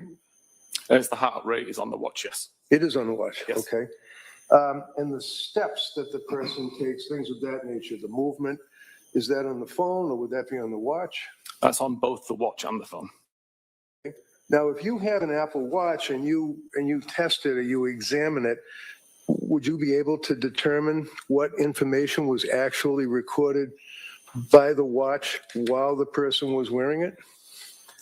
Yes, the information that's recorded within the Apple Health database does specify whether the information comes from the watch, the phone, or from a different device. Okay. And in this case, if I understand correctly, the Apple Watch stopped recording data at, is it 5:23? It was around that time. Okay. You know what? I'm going to give you your report. Feel free to just refresh your memory or look at it or whatever helps you out. Thank you. Yep, no problem. I just want to get the times down. I think you indicated that the watch stopped recording information at 5:23 p.m. Yes, the last heart rate was 5:23:52. 52, okay. 5:23 and 52 seconds. And then I believe the phone and watch stopped recording at 5:38, was it? The last usage of the, let me double check this. I believe the last usage of the phone to record flight climb data was at 5:38, yes. All right, and after 5:38, it's pretty much blackout. There's no further information or recording, right? Yes, not until like the phone was seized by police, I believe. By the But police. there's other activity, but appeared to be after the incident. So the further activity would have been the following morning on the 25th of January, say around 5:30, 6 o'clock in the morning? I ended my analysis on the 24th. Okay. Well, so 5:23 p.m., the watch stops recording information. 5:38 p.m., both the watch and the phone stopped recording any information until the police picked up the phone apparently the following day, right? Again, there would have been activity later on, but it wasn't usage, it wasn't health data. It would have been things like incoming calls.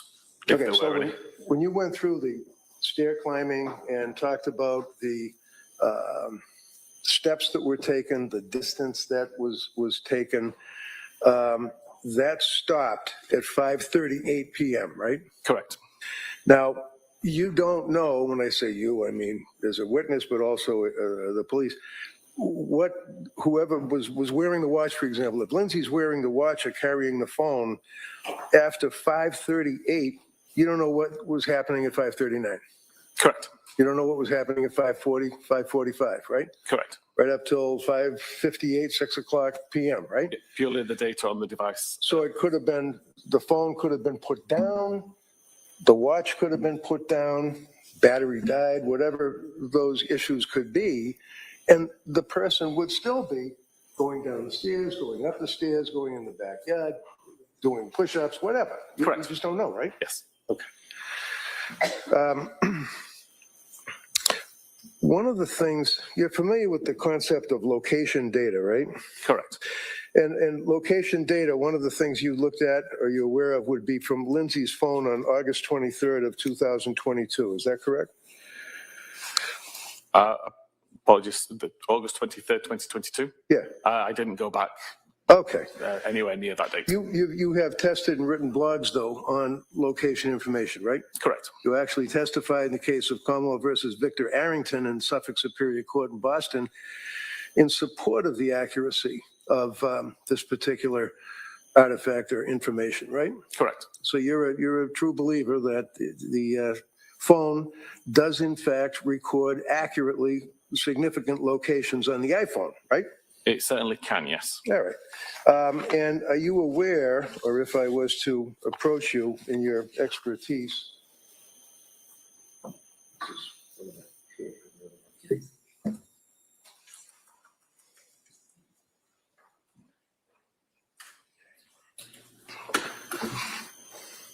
it's just a doctor's note. That's all. You were talking earlier about latitude, longitude, things of that nature, right? Yes. So just to, you're familiar with, for example, significant location visits on Lindsay's phone, August 23rd, 2022 at 9:34. Do you know what that says or what that means? The created time Yeah. of 9:34. That'd be when the device decided that the device had visited this location enough to consider it a visit. Okay. Do you know what that location is? If I suggest to you it's a doctor's office, would you be aware of that? I don't recognize it from the coordinates. Okay. Okay.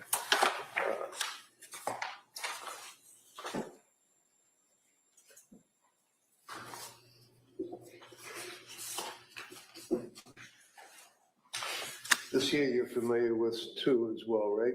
The geo data with the latitude and the longitude? Yes. And you're familiar with the fact that you can take the metadata off of the information on the cell. What if you could make a song using only your voice? Let's start with the drums.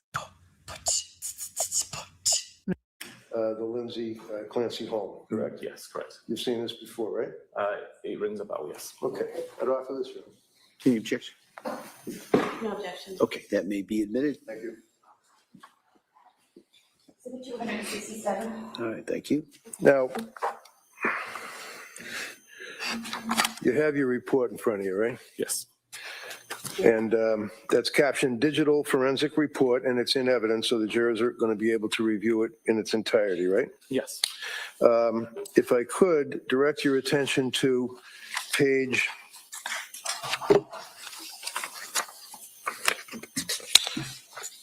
11, I believe. Yeah, page 11.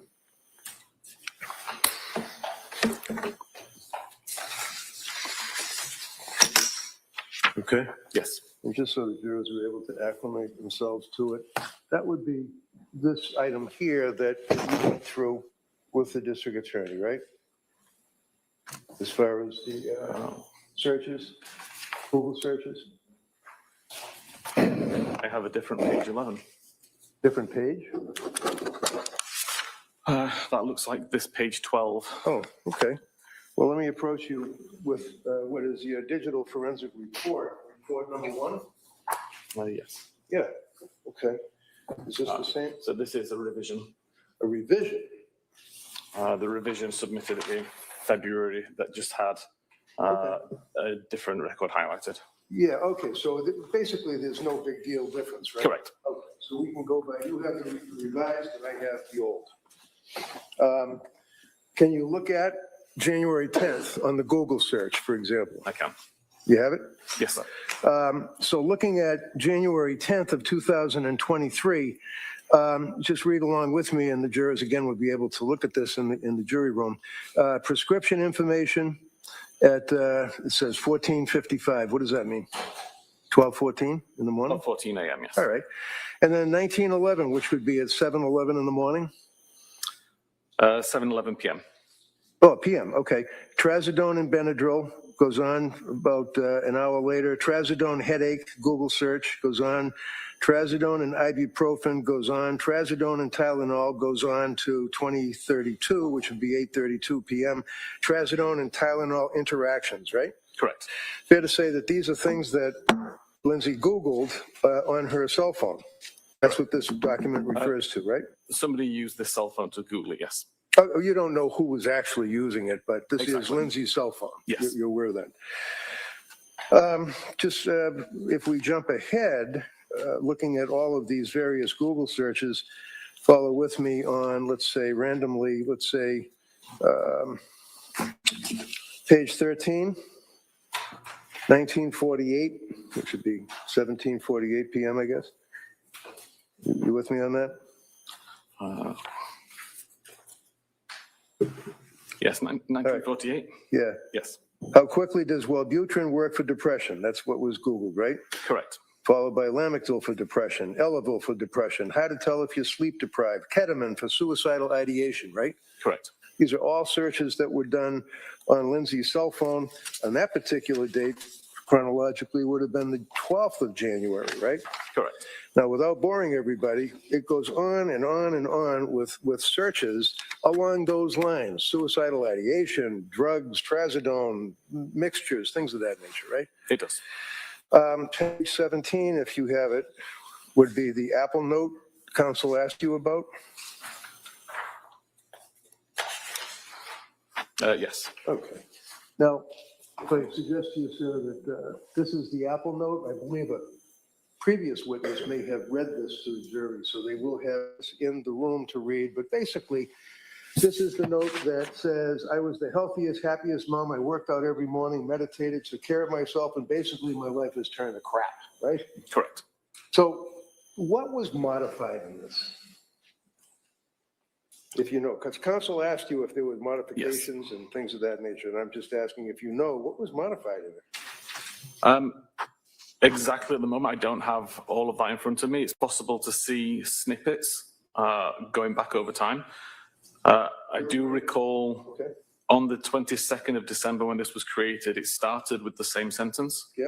And there was a few essentially spell check or spelling differences as time went on. But as much as you can recover from the earlier versions of the note, it's a snippet. It's essentially two sentences, and the rest of it is it's essentially the same note. Okay, thank you, sir.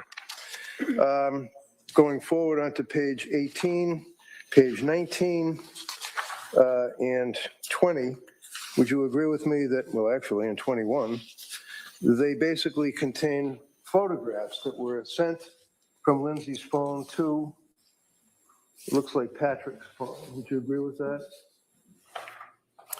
I believe the first few pages are sent to Mommy. Okay. And this basically is the, there we go. This is the snowman in the backyard being made, right? Correct. And then Lindsay's phone is sending the blue. Yes, the and blue gray messages would are be outgoing. what? A response? Yes. And can you tell me what the response is? The one on screen at the moment is the response sent from Mommy to Lindsay's phone saying that's a big roll of snow. I was wondering if you got enough for the kids to play in, and it's a pretty nice day too. Gives them something to do on a day without school. Okay. And then your report then goes on with additional photographs of the snowmen. There's a box of Cheerios apparently.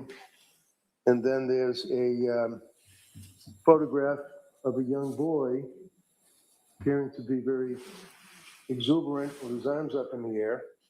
And then there's the Lindsay phone responds with a picture of a little girl with a mask on, right? Correct.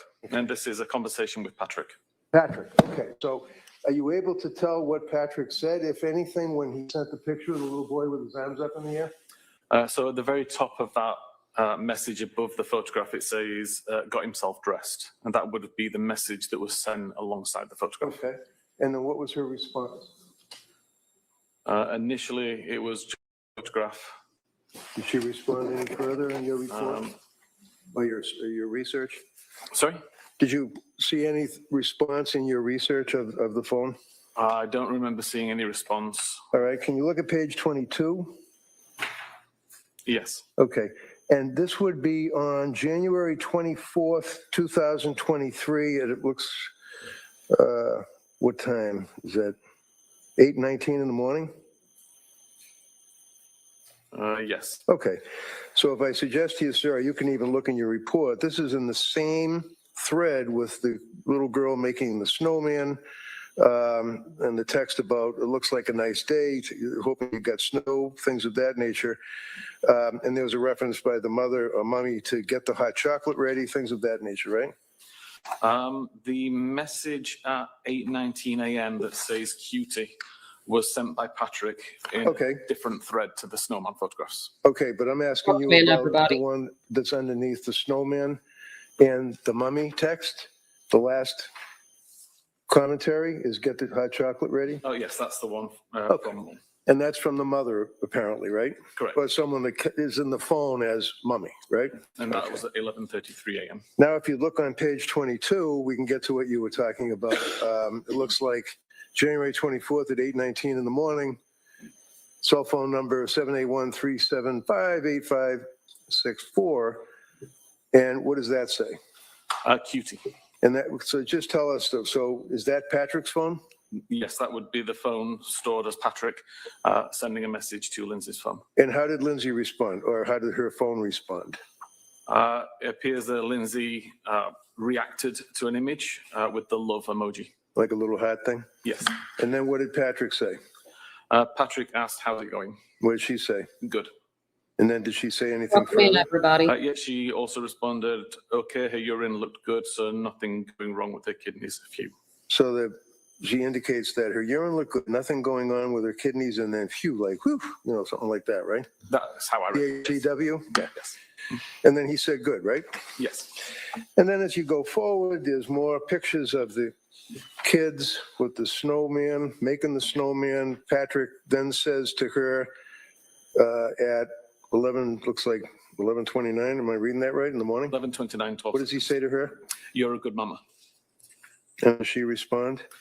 She responds with an emoji, which is the face covered in hearts. The face with the hearts?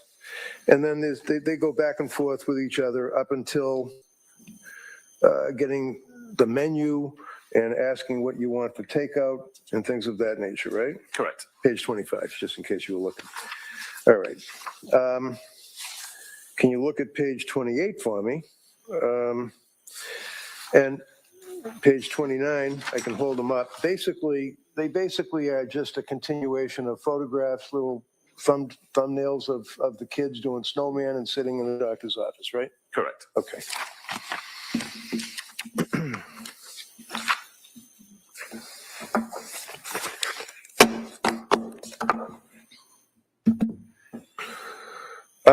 One of the things that you did is that you actually performed a comprehensive search. Is that a full focus extraction? Is that what you call it? Full file system extraction. Okay. And you did that for the phone belonging to Lindsay Clancy, right? Correct. That would be what you refer to as your appendix? The appendix 1 of the Lindsay Clancy phone is 1,300 and some web search visits. Okay. So I'm going to hand you what says report number 1, iPhone belonging to Lindsay Clancy, and ask if you can recognize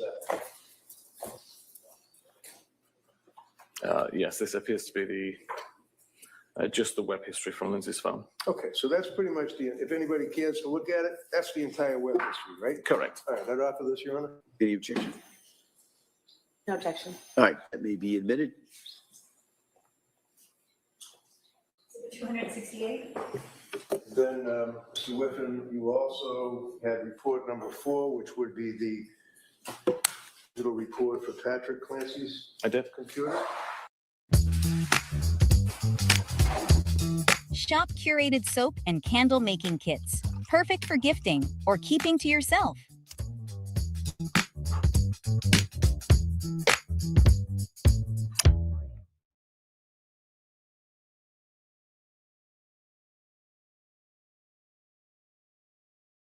Vistaprint is where your big ideas become bold apparel, so you can wear and share your brand in custom t-shirts, hats, hoodies, and more. Just think it, click it, and print it with Vistaprint. Print your possible with 20% off your first order at Vistaprint.com.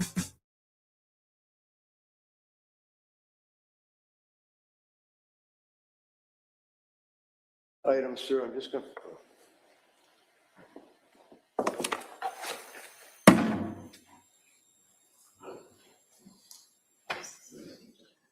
Well, I'm just going to ask it.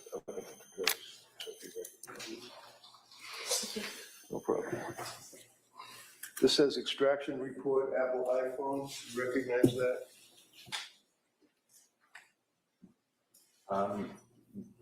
Yes, I didn't create it, but I recognize the report. Okay, so that is a Celebrate report of the extraction of Lindsay's phone, correct? Yeah, you can look at whatever you want, yeah, of course. Yes, this is a report generated by physical analyzer, a Celebrate tool of the device. Okay. Now, if you look at the report, for example, just randomly on page, let's say, 9, bottom line, it says web history. I just grabbed that random. January 24th, 23, correct? Yes. And then you go to the right, and it says Lindsay's iPhone mobile library. Yes. Okay. And then it has the time that it was recorded, right? Yes. And what time would that be on that date, which is January 24th? It would be 9:35 local time in the morning. So if you jump ahead to January 25, 2023, let's say, is that 7 o'clock in the morning? Yes. Okay. And that says, what is it measuring at 7 o'clock in the morning on January 25? So this is for the hour of health data. So it's been aggregated and it shows between 7 a.m. and 8 a.m. There was 47 meters traveled. Okay. And then it goes on and it talks about, again, 7 o'clock in some seconds, it talks about 134 distance traveled. Yes. Okay. And for example, January 25 at 8 o'clock in the morning, it talks about distance traveled, steps counted, and distance would be 47 meters or feet. Meters. Okay. So is that information that is coming off a cell phone, the Apple Watch, or what? That's coming from the watch and the phone and being displayed Right, as so one amount of information. It's coming from the watch, right? The way that the data is presented there is coming from the watch or the phone. Okay. And the data's coming from Celebrate, right? Correct. And Celebrate is God's gift to cell phone searches, right? I like to think so. I mean, you work with them, and you're also a guy that created all of this stuff, pretty much, right? I've created some other tools, yes. If I tell you, sir, that January 25 at 8 o'clock in the morning, Lindsay Clancy was in a coma, laying in a bed with tubes coming out of her body and certainly not wearing her Apple Watch. How did that happen? Based purely on the report there, I'd suggest the data came from the phone rather than the watch. I just told you about the watch. Did you ever look at this watch? No, we can't actually pull data directly from the watch. We pull it from the phone. How do you look at a watch? We extract the data from the phone, which is synchronized to the from the watch to the phone. Okay, so I'm handing you, is that an Apple Watch? Yeah, it appears to be, yes. Okay. And if I suggest to you that this was found a number of days later in Lindsay's bedroom in a drawer that the police never seized, have you ever seen this before? I've never seen this before, no. How long have you been working on this case for the government? I started looking at this case in November last year. Okay, thank you. That's all we have, Judge.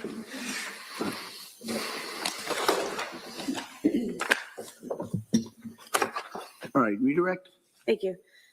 Sir, from the document that defense counsel just showed you, the activity on January 25th, was it your testimony that it could have been from the watch or the phone? It could have been either device.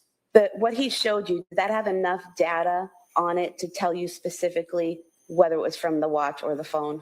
No, I'd need to take a look at the database itself and see where that information came from.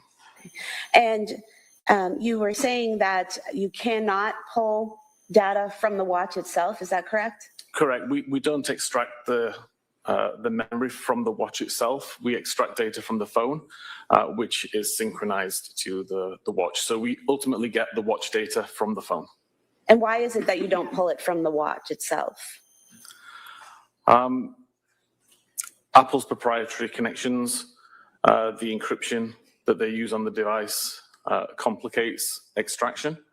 And essentially, considering we get everything from the watch via the phone, it's just additional work required to pull data from the watch, which would just be a duplicate of what we already have. And you said that the watch syncs itself to the phone, relaying all data that it's collecting to the phone, correct? Correct. And Lindsay's watch was synced to Lindsay's phone, correct? It was. And if you were able to look at the data from the dates defense counsel mentioned from the extraction itself, you would be able to tell whether the January 25th data was coming from the watch or the phone, correct? I would, yes. But you can't from what he showed you, correct? From the printout, no. I'd need the actual data. And if on January 25th, the police have the watch, the phone, and they're bringing it to an evidence room, and then they're bringing it to storage room, is that going to show steps and distance traveled? Yeah, whenever the device is turned on, or whenever the phone is turned on, it will consistently record steps walked regardless of who's carrying it. It will consistently record flights climbed regardless of who's carrying it. And so if the watch is turned off in a drawer somewhere, the phone would be what's relaying, or not relaying, but the phone would be what's recording the distance traveled and the steps taken, not the watch, correct? That's the presumption, yeah. If the watch is turned off, it's not doing anything, any data would be from the phone. And earlier, defense counsel just put in some exhibits of your indexes for all the data that you looked at for the phone and the computers, correct? Correct. And those indexes, do they contain everything that was on the phone and everything that was on each computer that could be pulled from the phone or the computer? No, they were focused reports or focused searches. So for my reports, they were focused to essentially the internet history on those devices. The large Cellbrite report, again, I don't know who created that. I don't know what options were selected by that user, but there will be data on the device which is not covered in that report by virtue of that's how decoding works. And on the defense counsel asked you about the flights climbed and how the last reading was at 5:38 p.m., correct? Correct. The last incoming phone call that you registered on your charts was the 6:09 p.m. phone call from Patrick to Lindsay that she did not answer, correct? Correct. From 5:38 p.m. to 6:09 p.m., were there any other flights climbed showing from either the watch or the phone? Don't believe there was, no. And Your Honor, we'd move to submit the full extraction as the next exhibit. It's being copied now, so we just put a disc.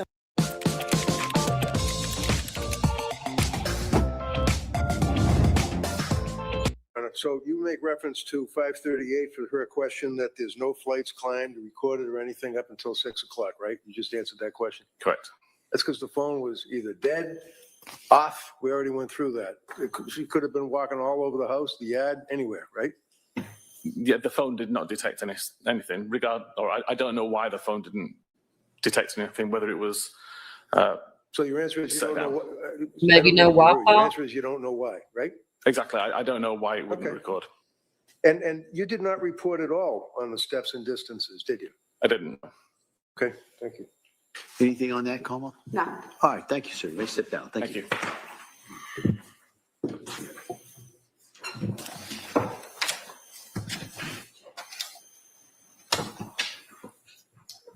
Come on, press. All right. Oh, I'm sorry, Your Honor. There are some exhibits. I'm sick. I believe they're by agreement, Yeah, they were by agreement. All right. and then we would rest. All right. We have the 2 Sperry Hospital records, 2 discs. 272A, B. Mass General Institute Health Professions transcript. So 273. Quinnipiac transcript. Who was that? Quinnipiac transcript. 74.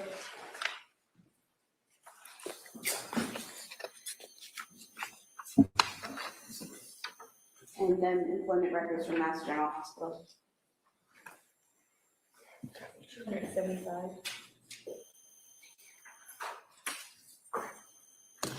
We rest. All right, and with that, the Commonwealth rests? All right, all right, so, Yeah, I think members they're of going the jury, right after this. as you heard from Jury Speaker, the Commonwealth has rested. All right, so at this point, I've got to address some matters with the attorneys. So I'm gonna, it's another one of those stops. We're gonna take a stop at this point, to have you go back to the jury room, to address a few things with the attorneys, and then we'll bring you right back in. Okay? All right. It's not lunch break, it's just a break. So I'll fast forward it.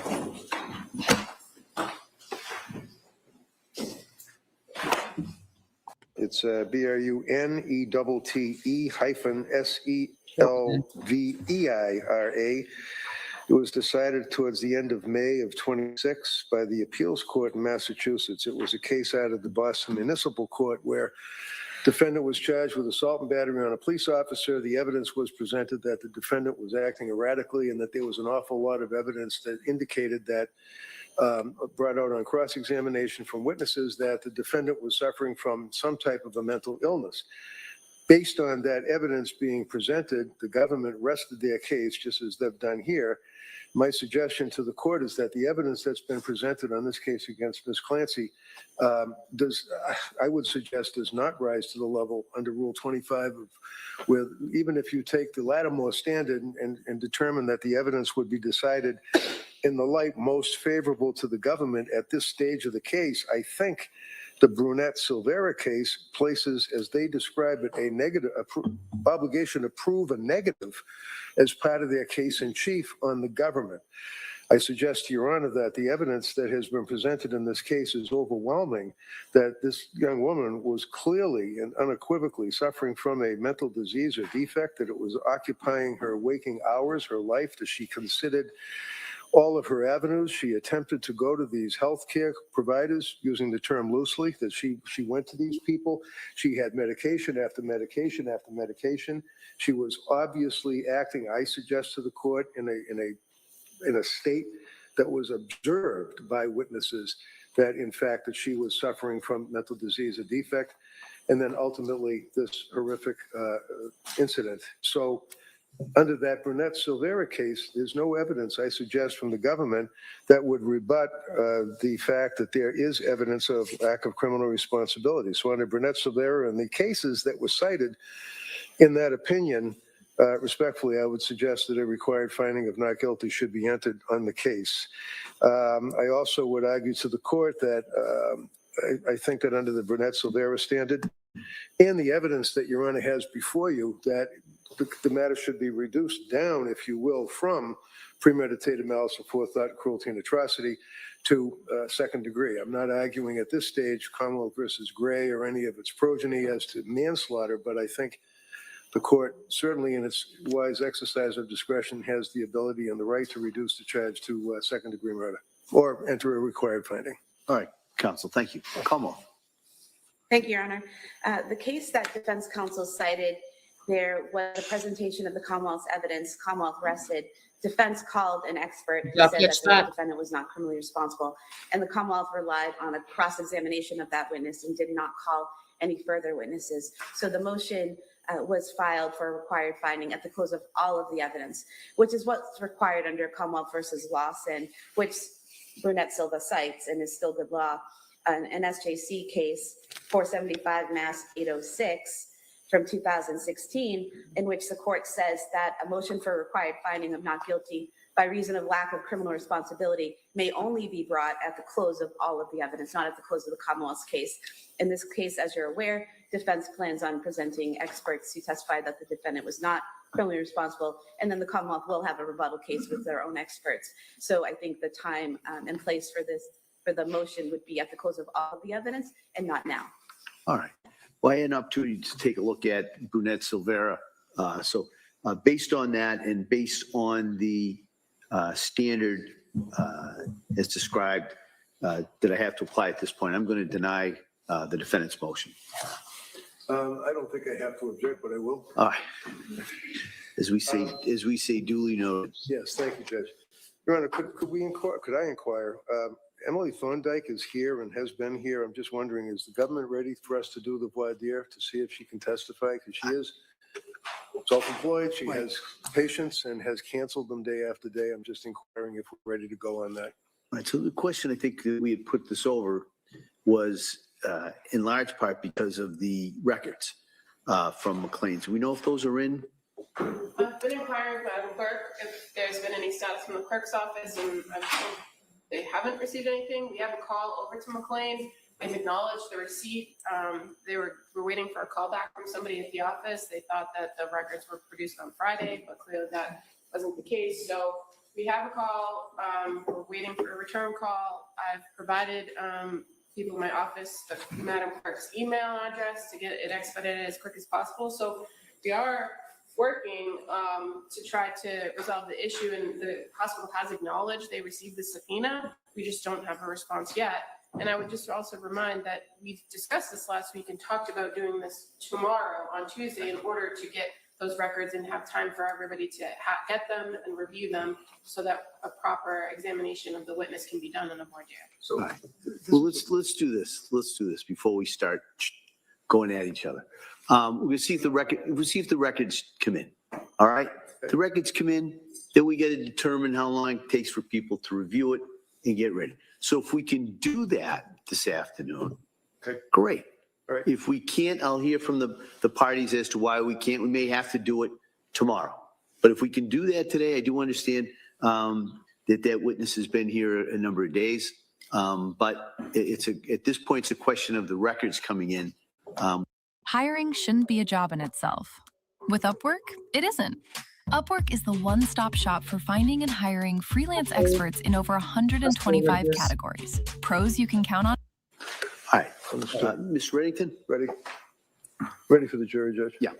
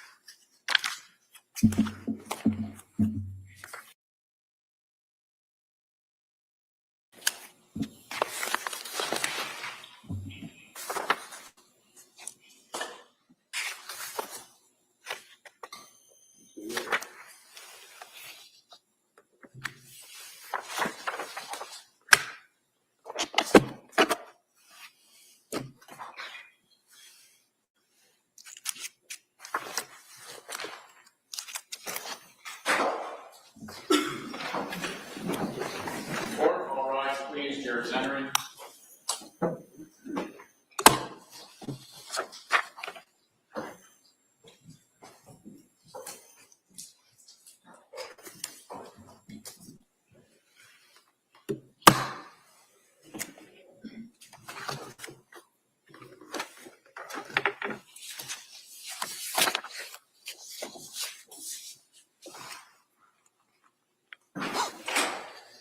Court is back in session. You may be seated. Return back to the trial. Our law first is Lindsay Clancy, present, including the defendant, and including the jurors. All right. So members of the jury, as I indicated before, the Commonwealth is rested. All right. So at this time, I'm going to inquire of the defendant if she intends or wishes to call any witnesses at this time. Mr. Reddington? Yes, Your Honor, thank you. Camp, please, I believe she's right outside.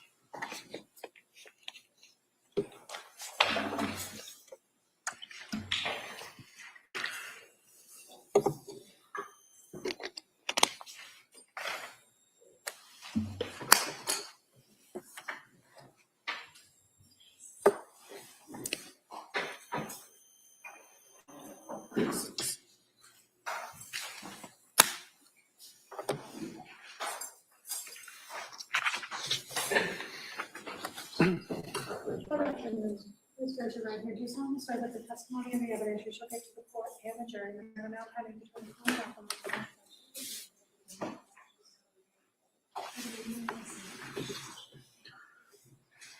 Hey, good afternoon.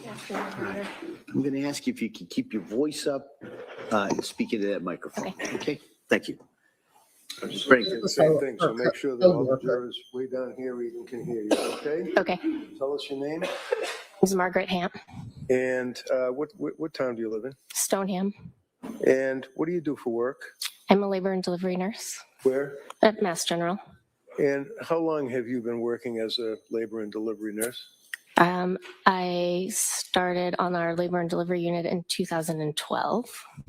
Okay, so about, what, 24 years? No. I started for the obstetrics department in 2006. Okay, so 20 years you've been working for Mass General between obstetrics and labor and delivery, right? Correct.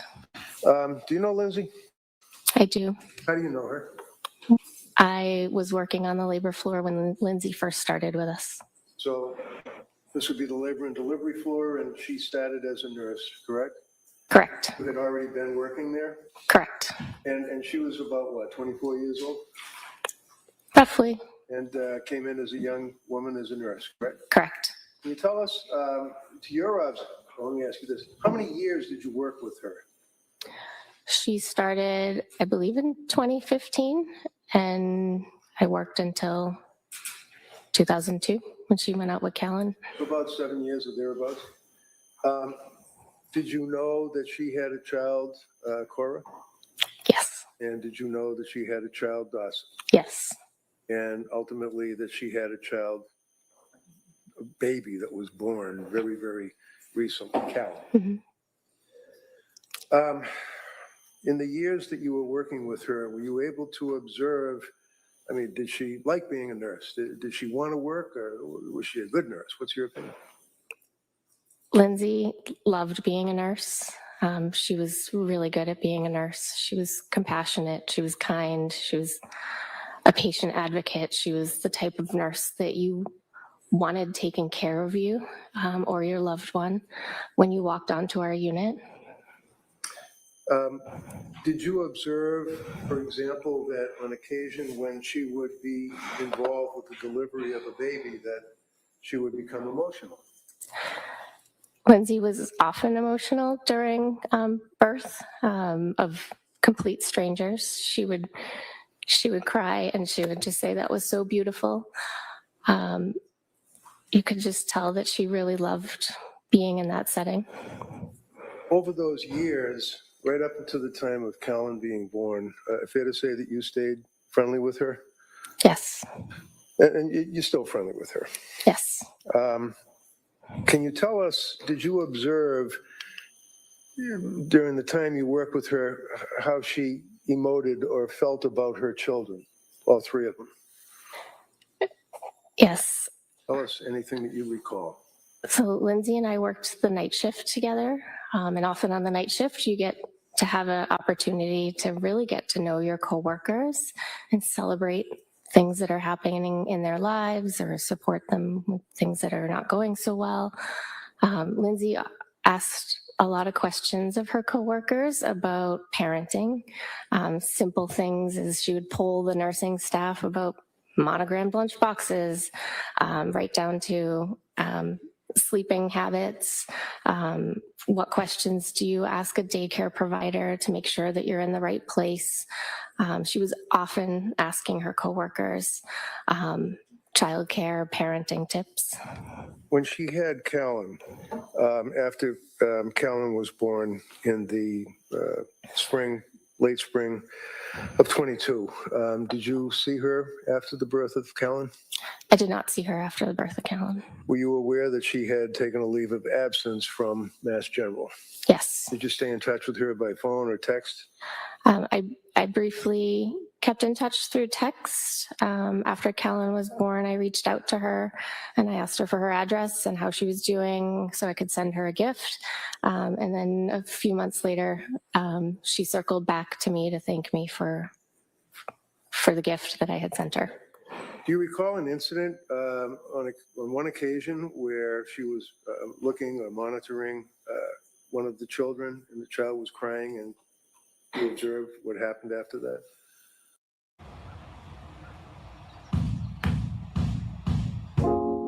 Let me skip this. That's the good thing about skip.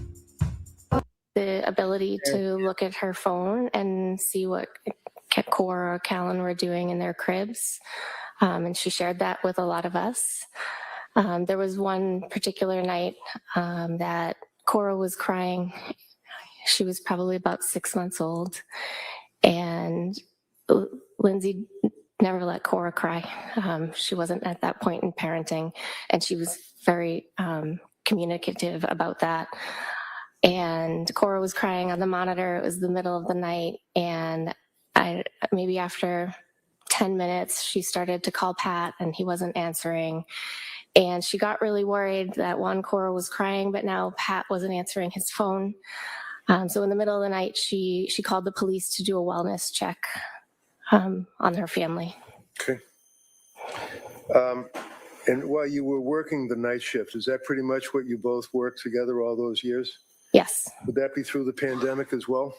Yes. Would you say that that was quite a bonding experience, being in labor delivery up close and personal with patients during the pandemic at night? Of course, it was a very challenging time as a healthcare provider. Thank you very much. You can inquire. All right, Como? Good morning. Good morning. So the incident that you just told us about where Miss Clancy was watching the monitor overnight, you are aware that the police responded and everything was fine, right? Yes. And you worked with her through 2022 when she went out with leave on Callan? Correct. And you never visited their house after Callan was born, did you? No. You don't know what was going on in her life, did you? No. And she didn't share any of her struggles with you via text or in any other capacity, did she? No. And as a labor and delivery nurse, and having been trained in labor and delivery, and you said you worked obstetrics before, correct? Correct. Is it fair to say that you often have patients that come to you in both those areas that have some mental illness or are on psychiatric medications, right? Sometimes. And working labor and delivery, you have some training on how to handle patients that are on certain types of medications, right? Limited training, yes. Well, it affects how you're going to go through a birth plan or do a delivery if a person is on some sort of It's like long-term limited medication, right? training, Right. so. And so you're aware that Zoloft is something that's deemed safe for pregnant moms and breastfeeding moms? Yes. And you've had patients that have dealt with bipolar issues before? Yes. And that they have to remain medication compliant in order to manage those things, right? Yes. Thank you. Nothing further. All right, Ms. Brayton? So your experience dealing with patients that have birth to child, as the district attorney asked, and are on Zoloft and expressing issues of being a parent, were you aware of any incidents where Lindsay was with you and a woman did in fact express concern that she wanted to hurt herself or her child? there was a particular patient that Lindsay was on staff when this patient arrived. It was a patient that arrived to the unit that had plans to harm herself while she was pregnant. And we had a conversation. Lindsay was brand new. It was the summer that she had just started. And we had a conversation about mental health in pregnancy and postpartum. And I asked her if she had ever heard of the Andrea Yates case, and she hadn't. And I explained that to her, and she cried. And she said, how could a mother hurt her children? Thank you. All set. Thank you. Homo? No. All right, you may sit down. Thank you.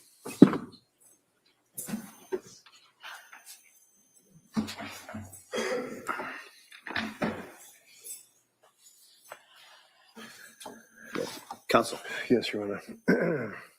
Ms. Ornska, please. Ornska, O-S-E-G-A.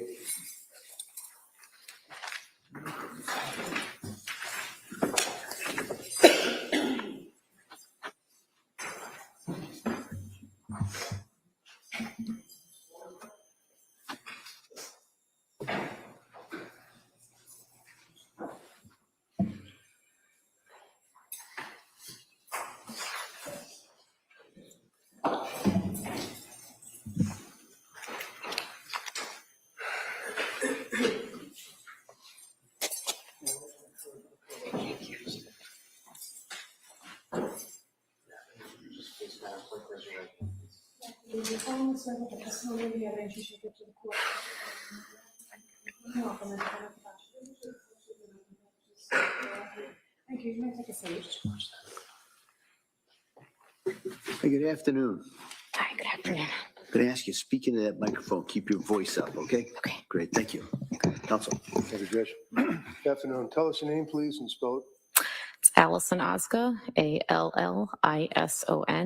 Last name is O-Z-G-A. You know Lindsay? I do. How do you know her? Lindsay's my sister. And can you tell us, are you close to Lindsay? Are you, do you live near each other? Do you socialize? What type of relationship have you had with her? We're very close. We have not lived in the same state for about 10 years now, but we do communicate, and I do think we're very close. And do you text with her on a regular basis? Yes. And you talk on the phone, do you? Occasionally. Directing your attention to the fall of, well, actually heading into like Thanksgiving and Christmas in 2022. Do you remember that time frame? Yes. And did you have occasion to see your sister during that period of time? Yes. And let's direct our attention to, let's say, Thanksgiving 2022. Had you noticed any change in Lindsay's personality or any observation of how she appeared to you? I will say on Thanksgiving in particular is when the first time I saw her in person after quite some time. I had known she had not been doing well via text message communication that we had. I think on Thanksgiving, she, her mood did not look good, her energy, she didn't seem very energized. It definitely seemed off from how I've seen her in the past.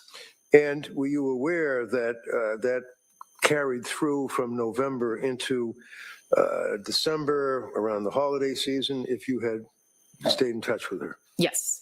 And can you tell us what you observed about her around the holiday season as it related to her, from your observations and your texting and your communications with Lindsay? How did she appear to you at that point? The beginning of December, it seemed like she very much decompensated. I do remember her saying at one point at the beginning of December, something along the lines of, I'm in a really tough spot. And knowing what she had shared with me previously about how her mental health had been struggling, I had this gut feeling that something was off and that she was really struggling. And I asked her if she was safe. What did she say? She said yes at that point. And you knew her husband, Pat? Yes. And you knew the kids? Yes. Obviously. do you recall around Christmas itself and perhaps a little bit thereafter that you spoke with her and that she indicated basically, I'm not doing okay? Yes. Can you tell the jury what you observed about her demeanor or her symptomology when you said she was decompensating around that time? What were they symptoms in your mind of? Based on Here's how to find your favorite scent. For DIY candles, soap, and other crafts, you could use our fragrance cute. finder, check out our guides or tutorials. There we go. she was reporting her mood was worsening, as she described as depression. She was having more suicidal thoughts. Insomnia continued to be an issue. She was really not feeling like herself. And did you know that during that period of time where she was telling you about the suicidal thoughts and the issue of depression, that she was seeing doctors? Yes. And what did she tell you about seeing the doctors, and if she was on any medication, and if so, what effect did they have on her? So the first thing she said about the doctors was back in October when she said that she saw a doctor for Zoloft and had a very awful reaction to that Zoloft. Would that be Dr. Tufts? I don't believe she shared that specific with me. Share the name? Okay. No. And then I think throughout our communication over the couple months of October to December, she did share with me that she was going to doctors, she was getting different prescriptions, kind of all the things that they were trying and different treatments they were looking at. And do you recall when you were talking with her about her symptoms towards the end of December that she had, in your words, decompensated significantly and stated to you that she felt nothing and that she was scared, things of that nature? Yes. What else did she tell you, if you recall? At the end of December, so I think it was more along the same of, that she is really not feeling well. Her mood is down. She's feeling numb. She's feeling hopeless. I believe at the very end of the month, she told me she had had suicidal ideation every day for a month. Do you recall towards the end of the month around New Year's that she voluntarily admitted herself somewhere? Yes. Do you know where she admitted herself? McLean Hospital. And while she was at McLean Hospital, ultimately, do you know how she got out of McLean Hospital? It was my understanding that she was weaning off of some medication that she was on, and then was eventually discharged 5 days later. Now, did you see her or talk to her after she left McLean Hospital trying to wean herself off of whatever medication it was? Because you don't know what the medication was, right? I believe it was Seroquel. Seroquel. Yep. Did she tell you anything to the effect that when she got out of the hospital that she felt as though this was a step in the right direction? Did she seem as though she was trying to be positive about her life? Yes. And tell us about that, because up until this point, you had observed her decompensating and having these symptoms and suicidal ideation and depression and feeling nothing and scary. When she got out of McLean, what did she appear to you and what did she say to you? I believe she said she felt that that was a good plan and that she was starting to feel better. So was your sister, in your opinion, granted she's your sister and you're biased, obviously, but was she a complainer? No. And obviously, she didn't share with you in detail her doctors and medicines and things of that nature. Is that fair? No. But you were aware of the struggles and the hurt that she was going through. Yes. And then through the month of January, did you have occasion to see her, or were you, because you still live in different states? Yes. Yes, I did have an occasion to see her in January. When? We went to Cora's birthday party. And that was at the trampoline park? Yes. How did she appear at that? I think she looked like she was going through the motions of putting together a birthday party for her daughter.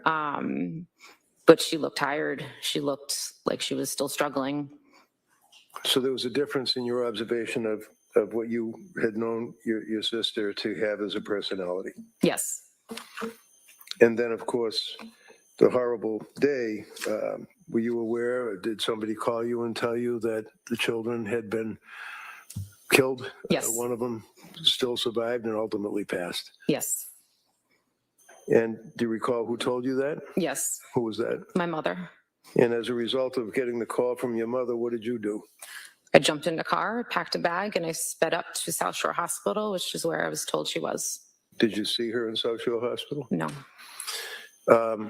Did you know that she was then transferred to another hospital after South Shore? Yes. And what hospital was that? I believe it was Brigham and Women's. And were you able to visit her in Brigham and Women's? Yes. And did it take some time before they would allow you to visit with her? Yes. How long, if you know? I think it was approximately 2 weeks. Okay.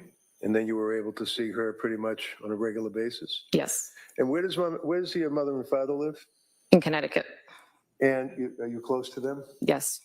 Can you tell the jury, from the time of this incident in January 24th of 2023 up until now, 2026, where has your mother and father been living? My parents have been spending the majority of their time up here in Massachusetts. Why? So that they could visit Lindsay as much as possible. Almost on a daily basis? Yes. Was that on a bed and breakfast or a bed and bath, or was it a hotel, or where were they staying? They've been living out of hotels. Thank you, that's all. You can inquire. Come on. Thank you. Good afternoon. Now, when Lindsay was at McLean Hospital and she was discharged, did she tell you that she asked to be discharged early to go to Cora's birthday party? I can't recall. And do you recall speaking to the police on January 25th, just a day after this all happened back in 2023? Yes. And do you recall telling them that you saw Lindsay 2 weeks prior to the 24th, roughly around the birthday party time, and that she seemed okay? Yes. Do you recall telling the police that you spoke to her in phone calls many times after she was discharged to McLean, and that her tone of voice in those calls seemed better? I did not speak to her on the phone. Most of our communication was via text. So you don't recall saying that to the police, that the tone of Lindsay's voice in our phone conversations was better the last couple weeks since she had been released from the hospital? I believe when I said that, I meant her tone via her text messages. And so her tone in her text messages was better? A bit. And do you recall telling police that you spoke to Lindsay on Thursday, January 19th, 2023, and she seemed okay? Yes. And that was a phone call, correct? That was text message. Text message, okay. Yes. So when you were saying spoke to the police, you were referring to text messages? Correct. And so in that text message, she seemed fine? She seemed okay. So she had just been released from McLean Hospital at the beginning of January, and all of your communications after the birthday party were text message, is that correct? I think the date's wrong. I believe so, yes. And just so we make sure we have the date correct, after she was discharged from McLean in January of 2023, up until January 24th, 2023, all of your communications were via text? Yes. Did you visit her at her home that month? No. You didn't reach out or call her at all, correct? I reached out and called, yes. I did not visit her at her home, no. When you called, did she respond? Did she answer the phone?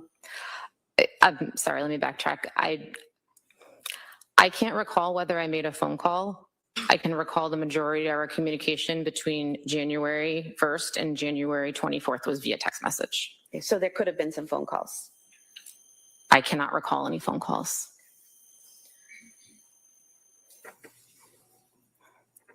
You are a licensed social worker, correct? Correct. And you're a mandated reporter, correct? Yes.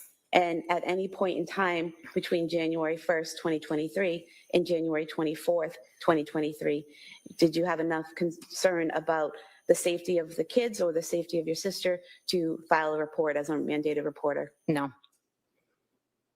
Thank you. Ms. Ray? Oh, yeah, Judge, thank you. Okay, thank you. Let me step down.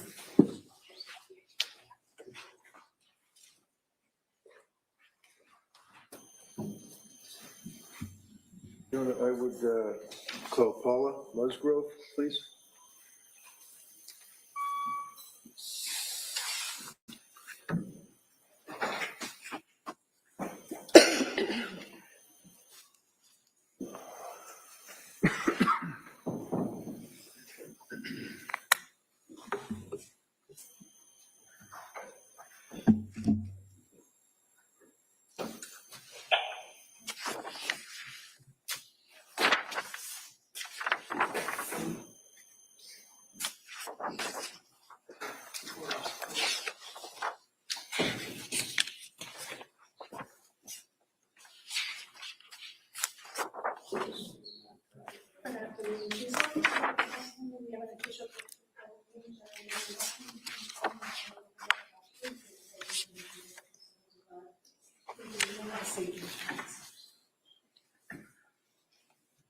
right, good afternoon.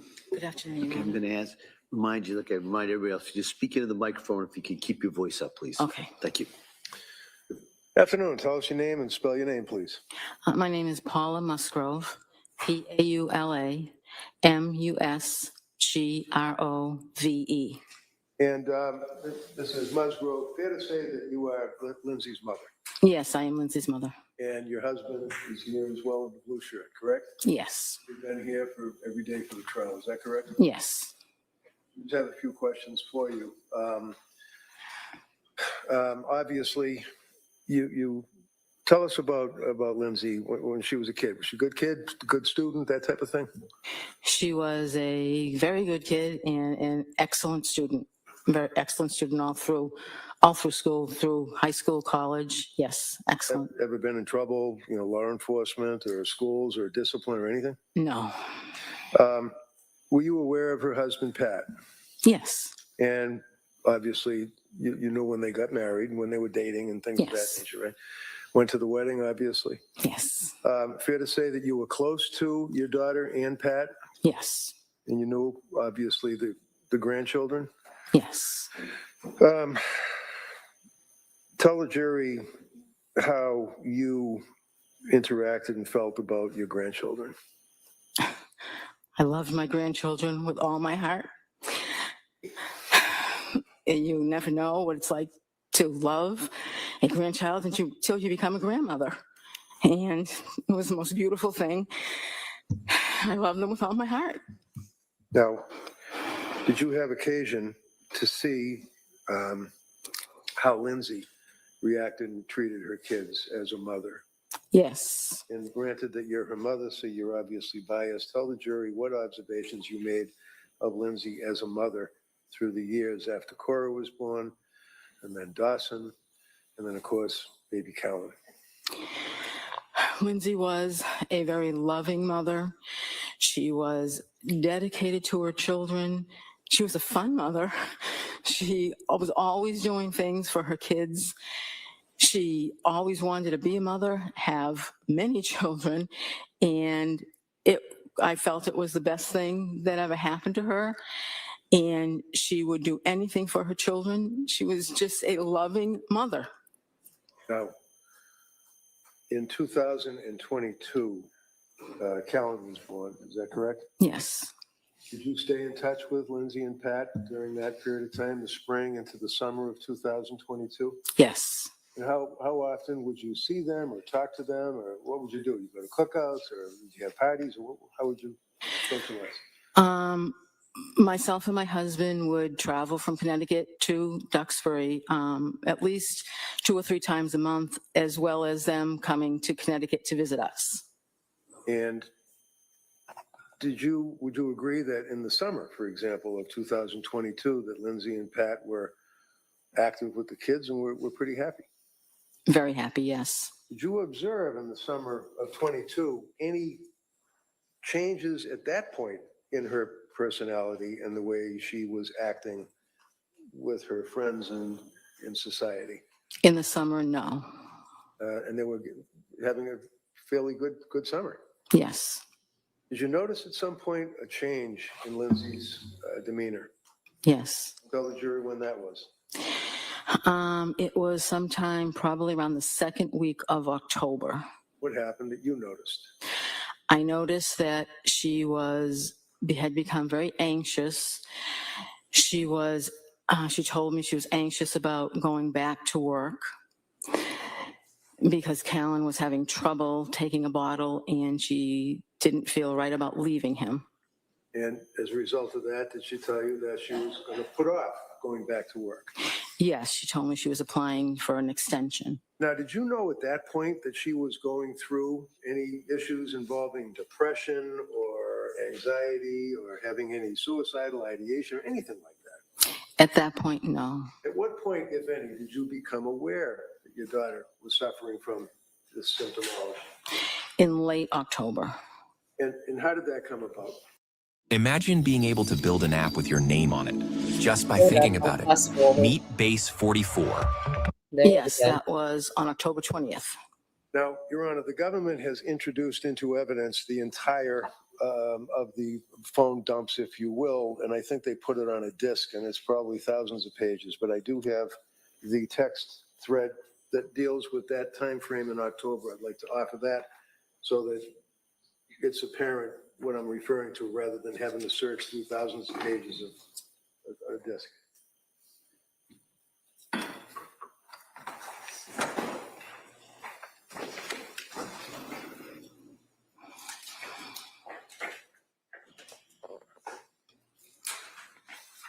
No objection. Okay.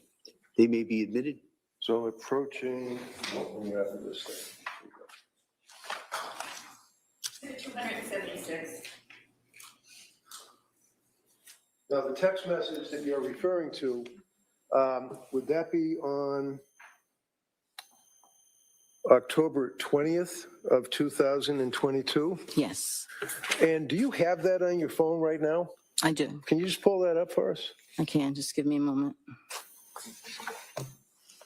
Okay, I have it. Kelsey, do you have a copy maybe that she could look at? Oh, I have a copy. Yeah, that might be easier for the witness. He said, "Oh, I'll have a copy." He's probably got it. He's got that copy. I'm Boom, going to yeah. approach you. Told you. I didn't Yes. even watch this part. I know. And ask if this is a copy of the text that you're referring to. Yes, it is. Would you read that for the jury? Mom, will you please come up and stay with me for a bit? I'm really sick. Something is wrong. I had horrible insomnia all night, and I just don't know how I'm going to get through the day. I started taking the medicine my doctor prescribed for anxiety, and I think it's made things worse. It's just really scary, and I don't want to be alone. You want to write off this? Objection. It's already in evidence. What do we mark it for identification? Is that text within the? More witnesses today. Well, I know you would, but we A already have nurse, the sister, the mom, and a doctor. Can I just talk to the board? No, we're going to mark that for identification. The text that is been referred and read to is within Exhibit 276, which was just off. I'm sorry, which is what? I think it was within Exhibit 276, which was within that thread that you just offered. Okay, so I will then, that would be 276, so that will be over here. As a result of receiving that text, did you then come up to? Hold on a second. Exhibit W for identification. Yeah, okay. Oh, thank you. All right, thank you. So as a result of that, did you come up to Duxbury? Yes, same day. And tell us about that. What happened that day at the end of October? Lindsay had been, I believe she went to the emergency room that day and she had come home. She was feeling a bit better. She told me that she couldn't sleep. She was very anxious and she was afraid. And how long did you stay with her? At that point? Yes. I believe at that point I stayed for about a week. And was your husband with you? He came later. He didn't come directly with me then because he was still working, so he came later. I never asked, what did you do for work? I worked for Weight Watchers. And you're retired? Yes. How about your husband? Is he working now? He recently retired. And what was the nature of his work? He was in photography. What kind of photography? School picture photography. For yearbooks and things like that? Yeah, and school pictures, and you had your kids' pictures taken. And he just recently retired? Yes. Is it fair to say that during the month of October into November, into the holidays in December, that you and your husband would stay with Lindsay and the kids? Yes. I stayed more than my husband because he needed to go back home to work. Sure. While you were staying with Lindsay, can you tell us your opinion as to her condition? Was it decompensating? Was she getting better as time went on through November and December into the holidays? Through November into December, it was not getting better into the holidays. And you knew she was on medication at that point?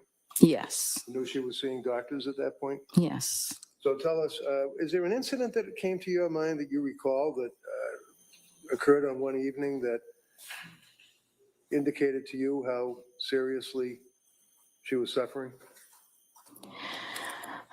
There were many.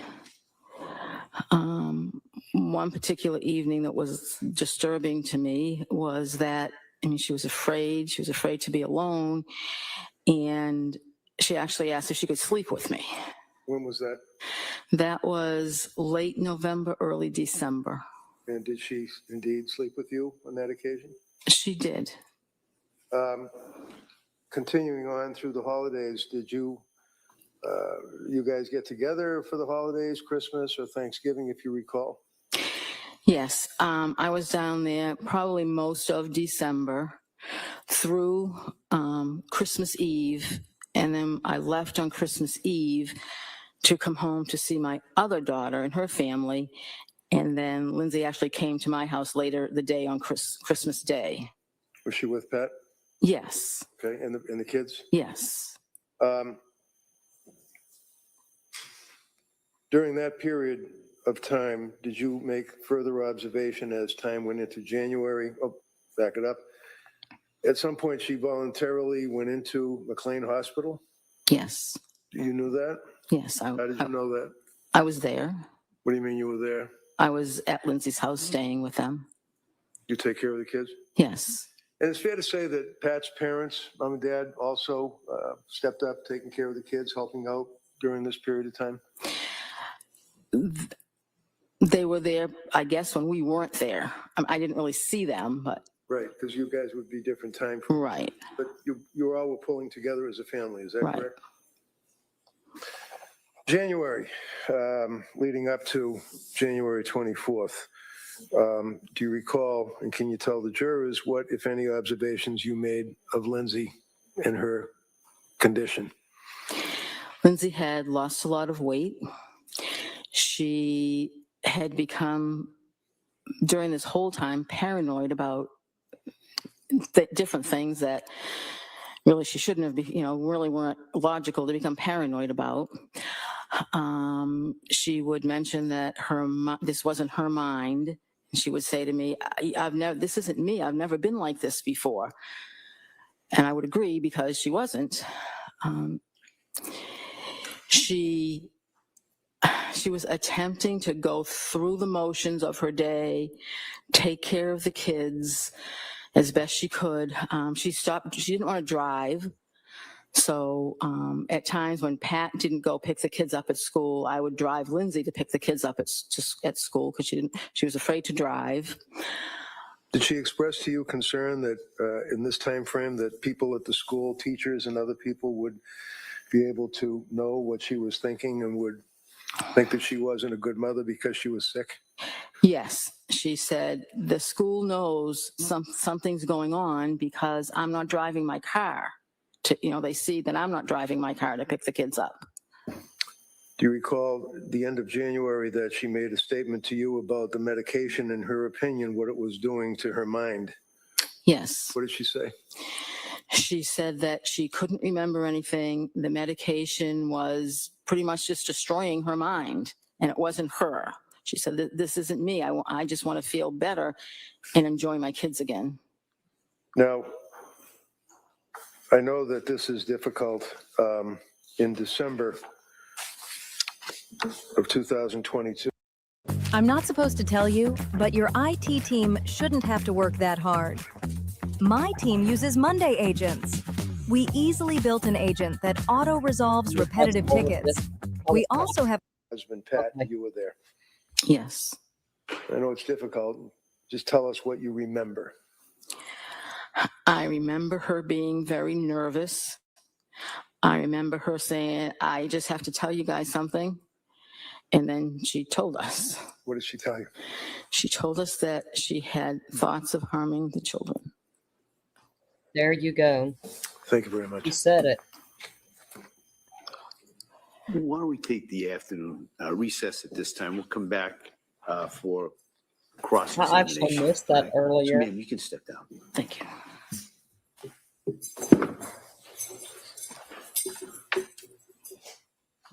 But I also think that was a good Members place of the to jury, we're going to take the stop. break at this time. We expect to have you back about 2 o'clock. Okay? All rise, please. Jurors exiting. I think there is some commentary. Thank you.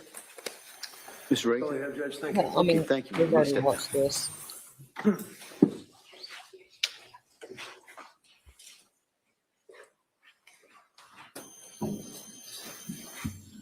I would call Paula Musgrove, please.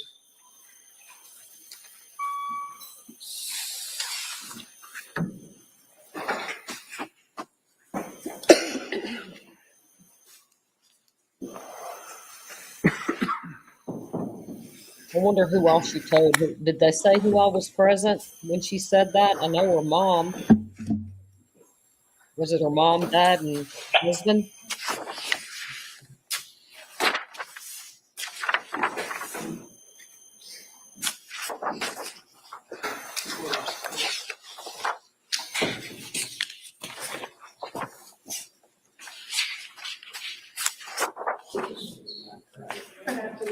I'm going to pass forward just because we've already seen this. Yes, same day. And tell us about that testimony is getting a little cumulative. Yeah, we'll watch this. Deep psychotic break.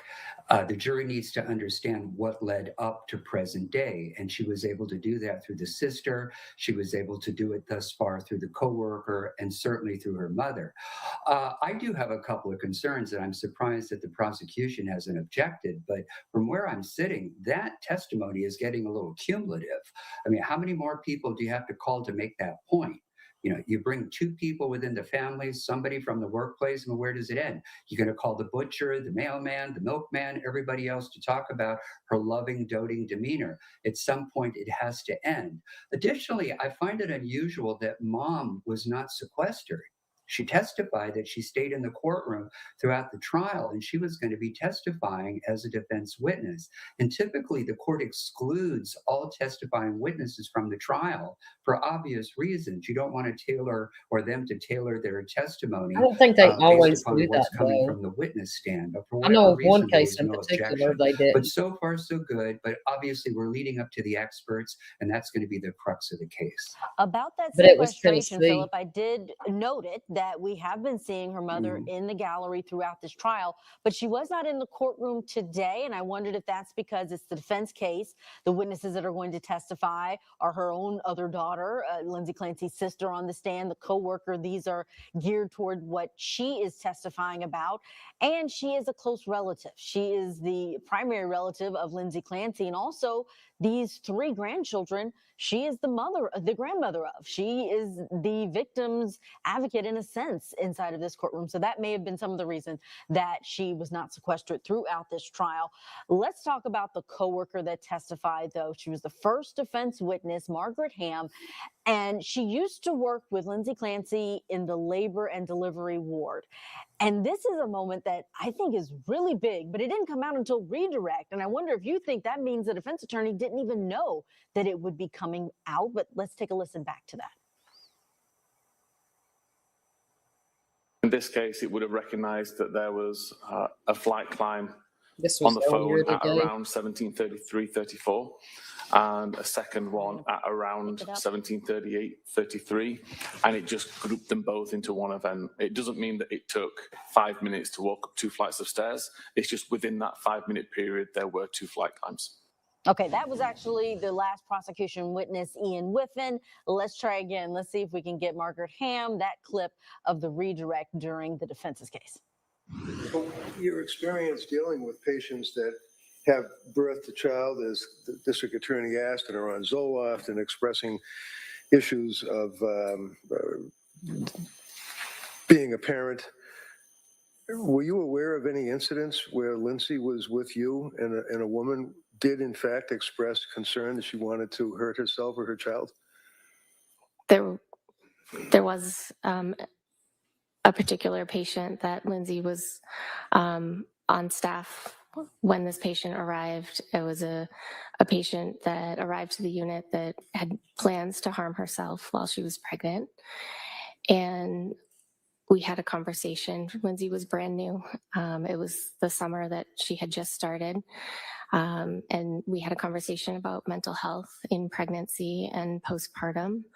And I asked her if she had ever heard of the Andrea Yates case, and she hadn't. And I explained that to her, and she cried. And she said, how could a mother hurt her children? Thank you. Philip Dubé, react to that moment, because those of us who've been looking at case history and precedent and things that are similar to this case, of course, Andrea Yates comes up number one. And now it's being mentioned inside of this courtroom as something that Lindsay Clancy years before reacted to as a nurse.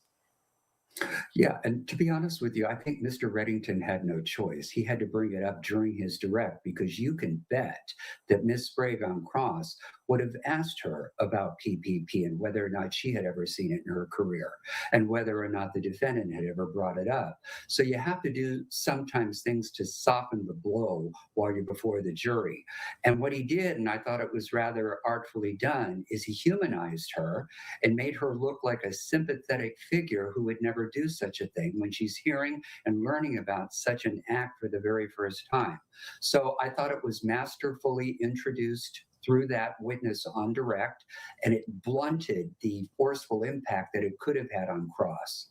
Oh, yeah, I agree with you that he brought it out in that manner, and that's been the theme that we've seen in the defense case. This was redirect, though. I'm not sure that he knew for sure that this was coming out. I would think that he would have brought it out or drew it out in a different way during direct examination, but it seemed that this was something that the witness just remembered about the client, but he could have known about it for sure. Let's talk about where the defense may go from here. We're hearing personal witnesses. You mentioned it might be getting borderline cumulative. At what point are we going to start seeing the experts, or do you think there's more to learn about Lindsay Clancy before we hear from the hired guns? I have a feeling, and I don't know this to be true, that he's going to bring on some of her treating doctors. He's going to, again, the goal is to try to illustrate chronologically that ascent to the psychosis, what led up to it, all the treatment that she went through, all the medications that she was on, all the drugs that failed her, all the hallucinations. With Upwork, it's free to post a job and fast to find top freelance talent. Upwork's AI helps match you with the perfect person for your project. Get a match, get moving. Upwork.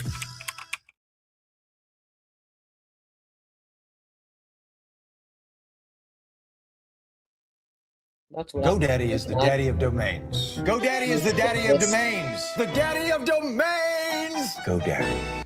And if there are certain points that are beyond the scope of the prosecution's direct, the only way around it would be to ask the prosecution to stipulate to his right to be able to cross on stuff beyond the scope of direct, or you got to call that witness in your own case in chief. And I have a feeling that he's reserved much of that questioning for his own case in chief. We played a clip from the end of the prosecution's case in chief earlier. So Ian Whiffen, he took the stand at the very end. We remember him from the Karen Reed case. He's a Cellbrite expert. Yes. He talks about extraction. What did you think about that ending for the prosecution's case? Did it feel like this was an intentional primacy and recency type witness, or was this just the way that the schedule played out, in your opinion? Well, frankly, normally when you close your case in chief, you want to end on a high note that you have some pretty impactful takeaway points for the jury. And I don't feel that that happened. If anything, it sort of fell flat. Now, anytime you're going to put on this type of electronic data, unless it's going to really make an impact on that jury that they will never forget, even during their deliberations, I probably would have put him on more toward the middle of their case in chief, because in the end, I felt like it was so anticlimactic. Yeah, definitely felt the same sentiment when listening to him, but the prosecution knows that this case is one that they will win, I think, in redirect, not necessarily their case in chief, because they've got to come back and combat what the defense is going to say about postpartum psychosis. Philip, thank you for that analysis. They are still on a lunch break there in Massachusetts. So we're going to slip in our break. And when we come back, we are going to go to the other coast, to Las Vegas, to listen to the opening statements in a case that has been Really a cold case, 30 years in the making. The killing of legendary rapper Tupac Shakur is now inside of a courtroom in front of a jury. They didn't at for all. the They didn't first even check time. the This is database the man to on see what other trial, medicines Dwayne he Keefe had. D. Davis. We will listen to how these two parties present their case after this. I want to watch that trial too, but I don't know if I can watch two trials at once. Keep up with both of them. That's a The text lot. says then. Hold up, I gotta. Keep going. Here we go. Court, all rise, please. Yours.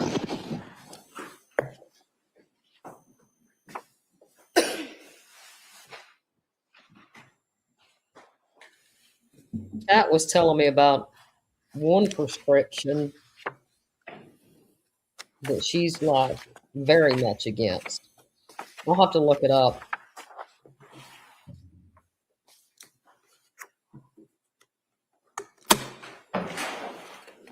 Court is back in session. You may be seated. For the purpose of the record, we return back to the trial of Commonwealth versus Lindsay Clancy. All parties are present, including the defendant. It's Ambien that Caitlin does Thank a you, lot. Madam Clerk. Trees break? Thank you, Your Honor. Good afternoon. Afternoon. Now, you testified in direct examination about the statements that Lindsay made in December about having thoughts about harming the children. When in December was that? I don't exactly remember. I would say early to mid December, probably maybe earlier rather than mid-December, but I don't exactly remember when. Okay. And when she made the statement that she had thoughts of harming the children, did either you or Patrick ask her what she meant by that? I believe I remember Pat asking her if she felt like she couldn't be alone with the children, and she said no. And after she made those statements, did you have any thoughts about committing her? No. Did you have any thoughts about having her come stay with you in Connecticut away from the children? No. Were you concerned for the children's safety at that point in time? No, because I was there. And you were asked about some text messages in October, and those are now an exhibit, I believe. Exhibit 276. And so you talked about the text on the 20th when she asked you to come and she was having a hard time, right? Yes. A day before, on October 19th, she had sent you a different text message stating, "Hi, Mom, would you ever consider coming to stay with us for a couple days at a time to help with childcare so I can work?" And talking to a therapist and doing a lot of thinking, I actually think going to work will help me, but it's really hard with nurses' hours to get childcare that we need. I'm thinking if you could come like Sunday to mid-Tuesday, it'd be really helpful. Just a thought. Do you remember that text the day before? Yes. And did you agree in a text message that you said I can come and help out? Yes. Okay. And then after that next day is when she said she was having trouble and wanted you there then, and you went that day, correct?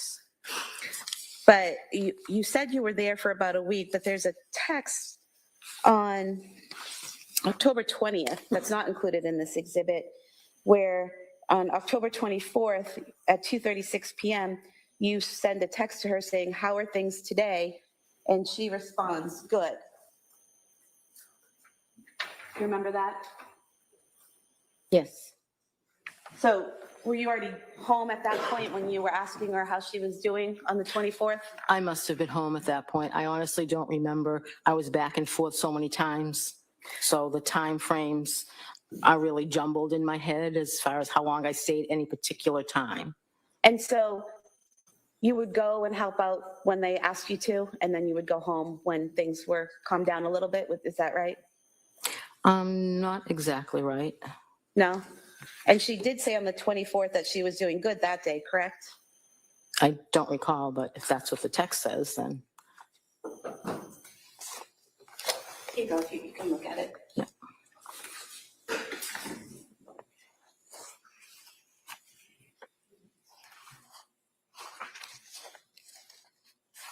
Okay. So she told you at that point on the 24th she was doing good, right? Correct. You could have this page marked as the next exhibit. Any objection? No. That may be marked. 277.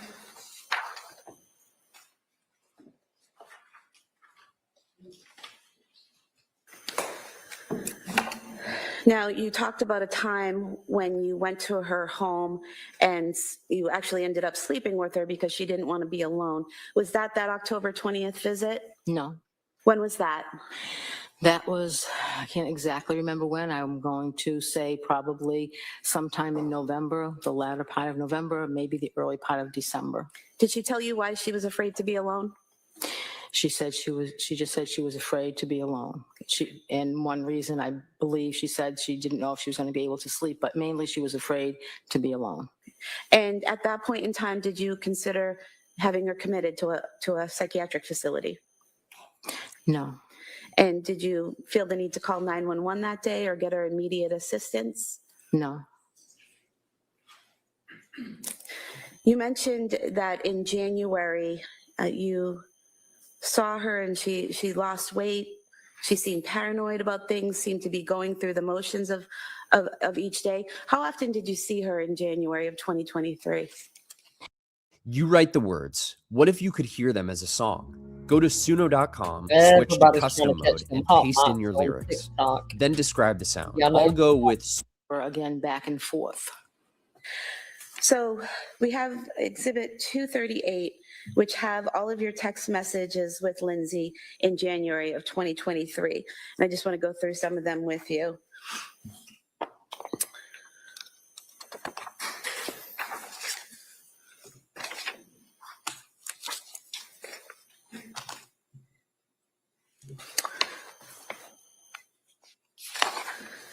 So on page 17 of the exhibit, this is on January 4th, 2023, so the day before she was discharged from McLean. And she sent you a text stating, "Think I'm coming home tomorrow evening, !" I talked to the doctor and I made up a follow-up appointment with my other psychiatrist besides Rebecca for Friday morning. So she said she'd be okay with me leaving Thursday around 5. Do you remember getting those messages? Yep. And were you staying at the home helping out with the kids at that point? Yes. And did you go to Cora's birthday party on the 7th? I did not. It was a children's party. I stayed home with Callan. Okay.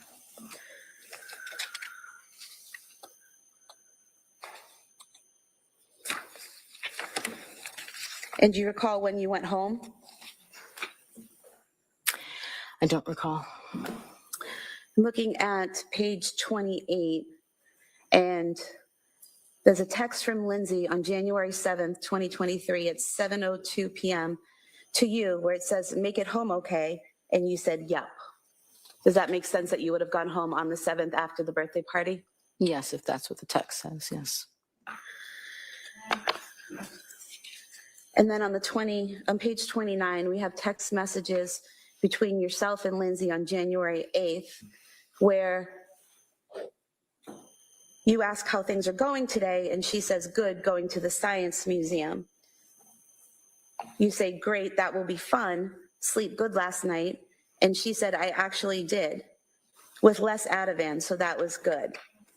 Do you remember that? I don't recall the exact text messages. Do you recall her texting you about going to the Science Museum? No, I don't recall that. Do you think looking at them might help? Sure. I'm going to show you page 29 and then page 30.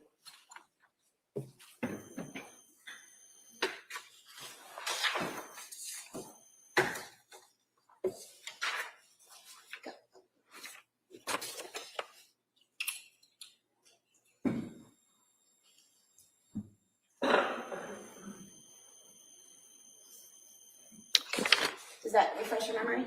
That's what the text says, yes.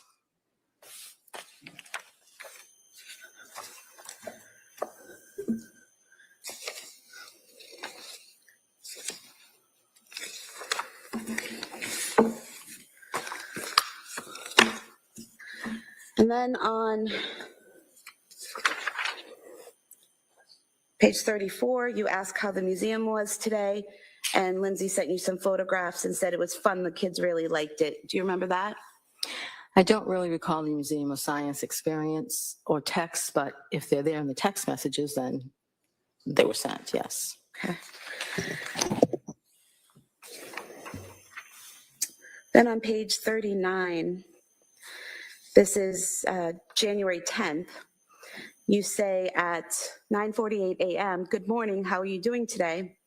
And Lindsay responded, "Good, at the gym with the kids." You said, "Nice, still sleeping good?"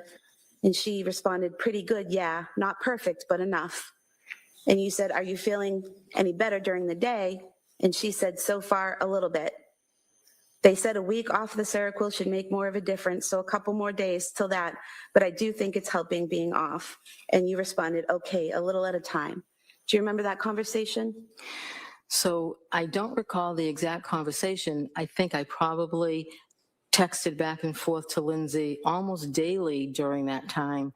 So I don't remember the specific text messages, but I would say if they're there, then that's what we sent back to each other. Okay.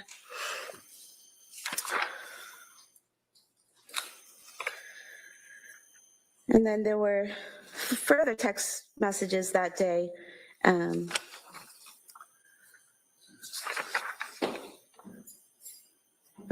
Where you say, "How was your day?" later on in the day. And she said it was good, played with the kids a lot, were able to go outside, Kingsbury Club and gymnastics, kept them busy, and me too. So do you remember her talking to you during that time about going to gymnastics and going to the Kingsbury Club and things like that with the children? I don't remember the specific text, but I do remember her doing things with the children, yes.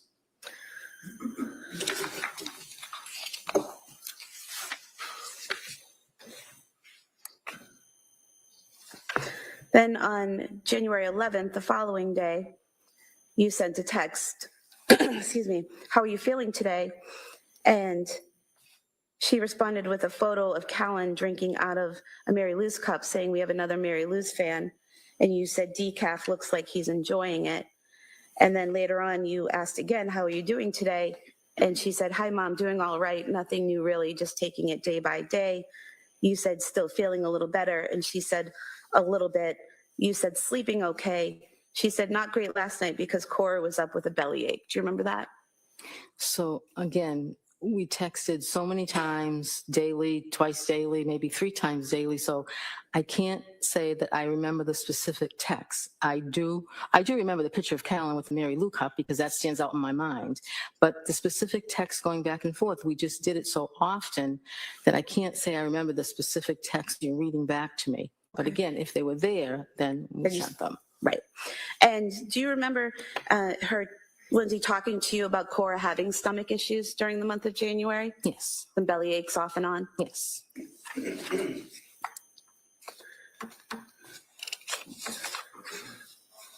And then January 13th, again, you're checking in with her. "Hi, Lindsay, how are you today?" She said, "Hi, Mom, pretty good today. How about you?"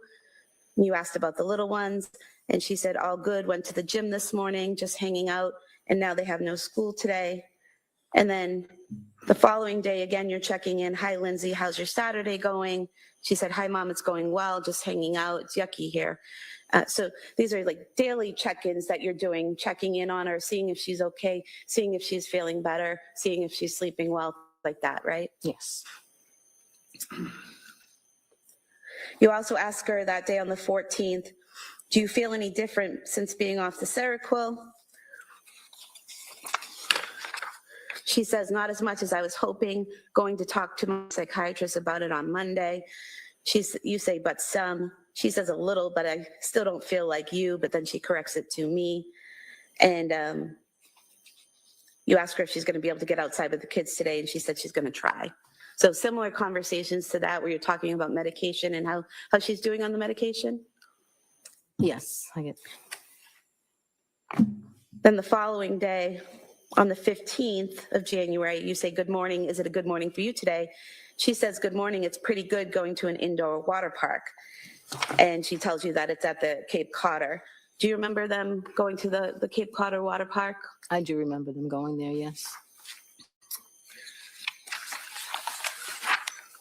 And then on the following day, on the 16th, you actually texted her, how was the water park yesterday? She said it was fun. Cora and Dawson enjoyed. Callan didn't know what to think of it. Couldn't get any pics because it was too hectic keeping track of them in the water and stuff. And it was busy, but it was a good time. Does that sound familiar, that they had a good time that day? And you asked her that day if she had anything planned. And she said Pat took Cora skiing, so she was hanging with the boys. Do you remember that? Not specifically, I don't remember that text. She, that same day, sent you some photographs of Dawson doing a drawing of a firefighter and Callan. Do you remember those, receiving those? I do remember the pictures, yes.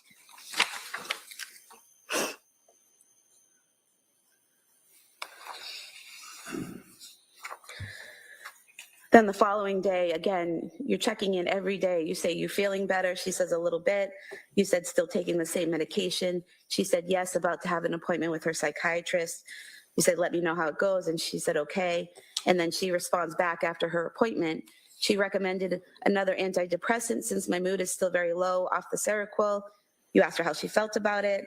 And she told you she just wants to feel like herself again, but she's up for trying it. And she just wants to get back to who she was, right? Correct. And she told you it was amitriptyline. Is that right? Do you remember that? I don't remember the medication. Okay.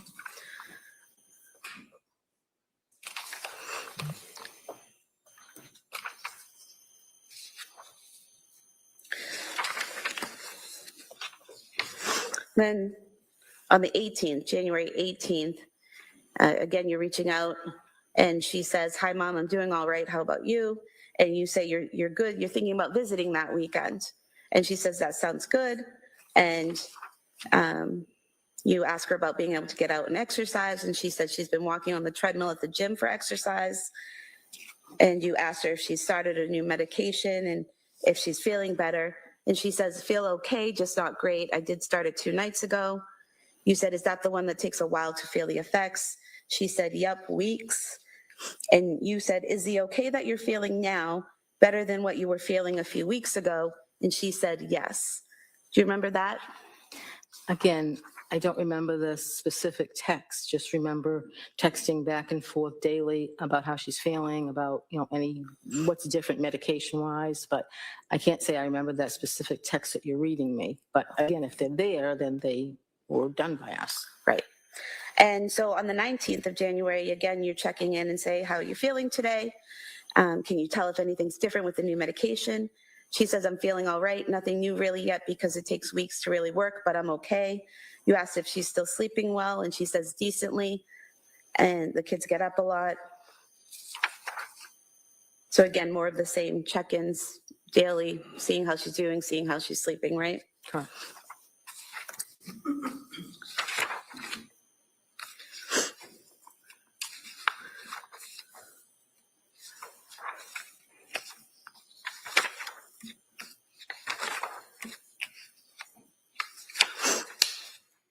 And then on the 20th, you reach out, is it pizza and movie night? She says just pizza and playing.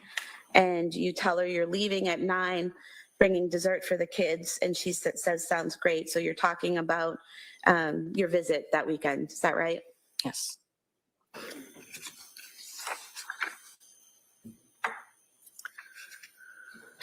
And in these texts prior to the visit, you say that it's been a while since you've seen them.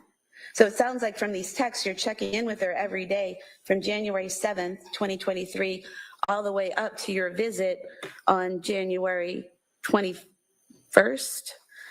2023. You're checking in with her. So you're at home in Connecticut from the 7th until the 21st. Correct. And then on the 22nd, that Sunday, Lindsay, Pat, and the older kids, they go to the Carney's house for that bonfire and get together, and you stayed home with Callan, right? Correct.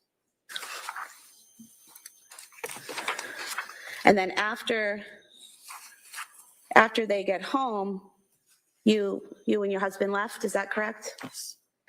And on the way home, you texted on January 22nd, 2023 at 7:55 p.m., enjoyed seeing everyone this weekend. Nice to see you doing better. Is that correct? If that's what that says, yes, that's correct. I don't exactly remember the text, but yes, if that's what it says, yes. So from your text, not saying she was doing great, but she was doing better than she was, according to your text, or appeared to be. The text from me was meant to encourage her because I didn't think it did any good to discourage her.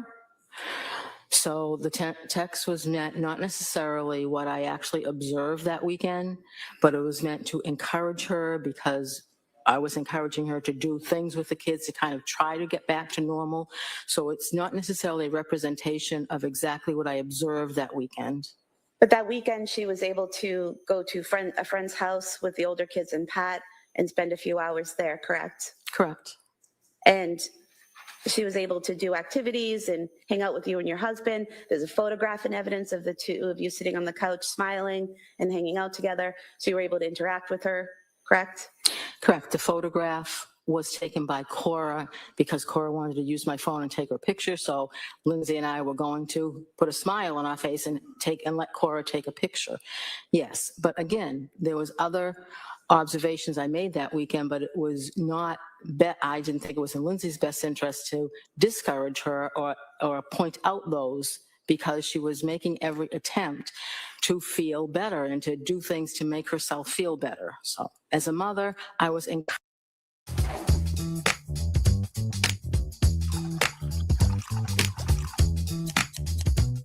Fast forward this.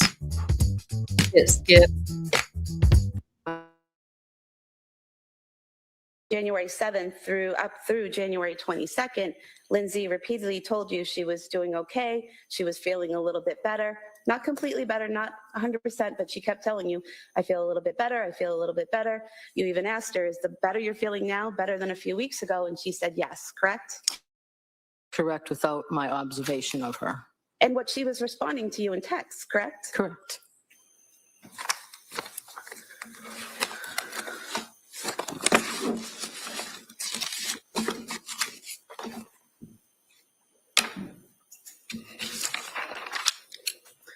You also spoke to the police on January 25th, 2023. Do you remember that? I do.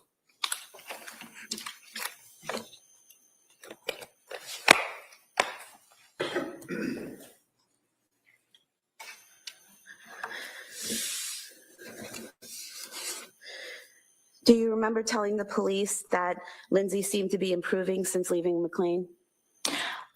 I do not recall. I remember speaking to the police. I had just found out what had happened, and I was pretty much in shock. So anything I remember, honestly, I remember two things I told the police. Anything else that you have there, I must have said, but I don't recall them. I've been going through my mind. I can honestly recall two things I told the police during that interview. I was pretty much in shock. Okay, so do you remember telling them that she seemed brighter lately? I don't recall. Okay. Thank you. All right, Mr. Reddington?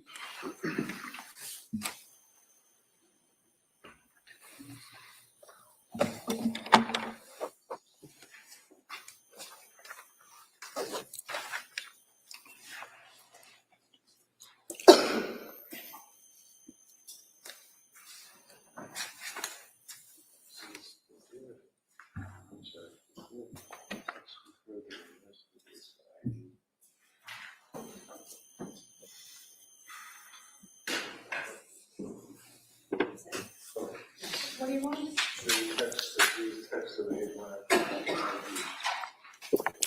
Oh, you mean the ones that you didn't laugh? Yes. Oh, this was one. Oh, okay.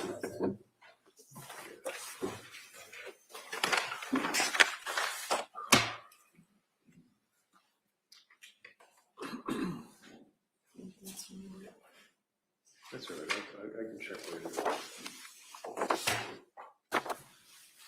Just looking here through the exhibits, District Attorney stood up and said to you that I had introduced into evidence and showed you Exhibit 276, which would be a list of text dated on October 19th. Do you remember that? It was the black one. It was the copies. It wasn't green and blue. You recall that this was introduced into evidence? Do you recall her questioning you from this? On October 19th? Yeah, this is the one that I had introduced, was exhibit 276. And the date would be October 19th, your text thread. Oh, yes, I'm sorry. And then she said, well, there's something missing, and went up and said to you, this text, which would be 277. You recall that? I'm going to show it to you.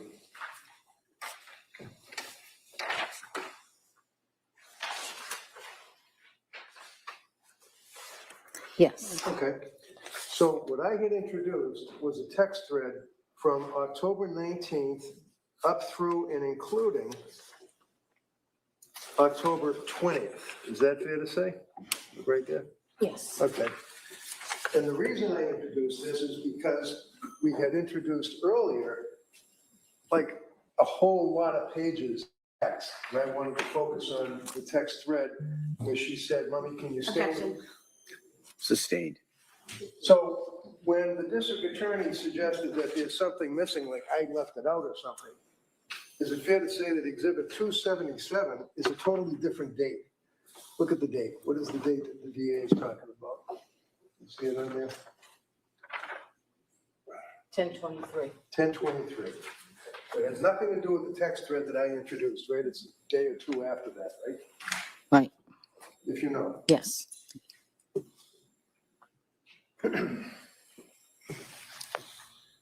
Now, we had introduced into evidence also the Celebrate record as exhibit 238 that the state police for the district attorney's office had printed out.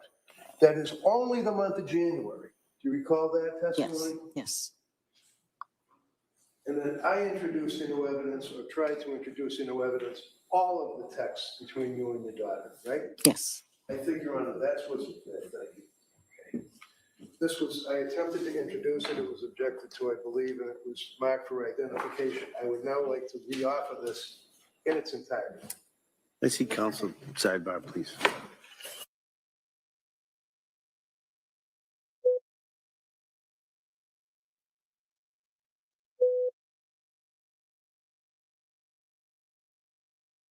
I think this sidebar actually takes a minute. I remember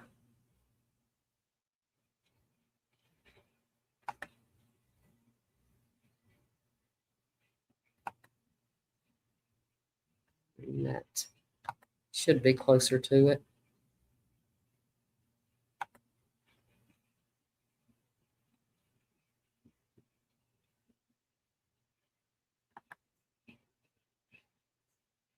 Oh, sure. At this point. Yeah. So members of the jury, I just want to give you instructions. One I probably should have given a little bit earlier in the trial as well. It's going to apply to this witness. It applies to a number of witnesses who testified earlier, and it's going to apply to a number of witnesses who testify after.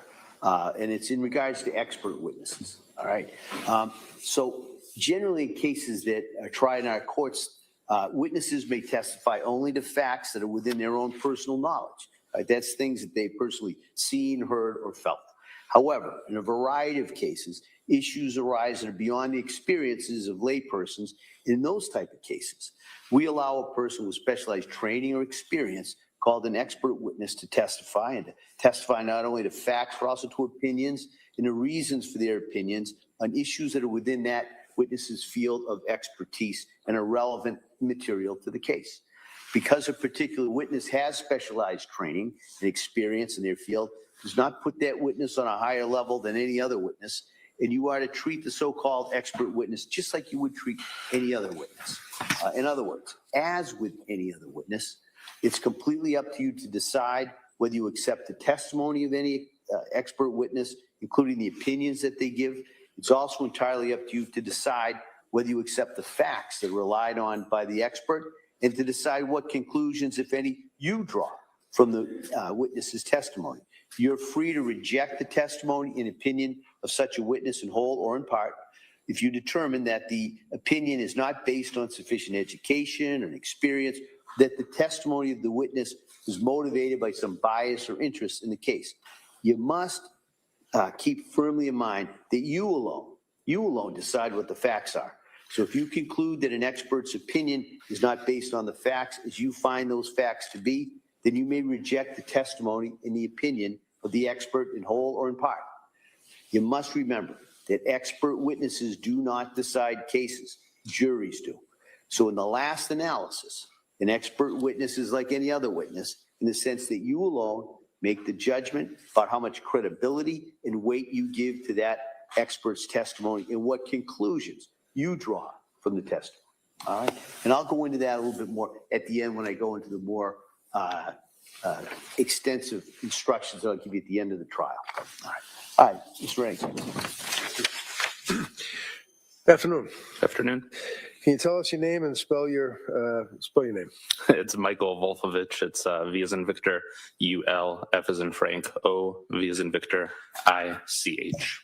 And what do you do? Actually, I think this is where we I'm an emergency medicine doctor. I work full-time at Newton Wellesley so Hospital. we're probably going to go ahead and can you tell end for the day. I don't see no sense in keeping on like you can just go back.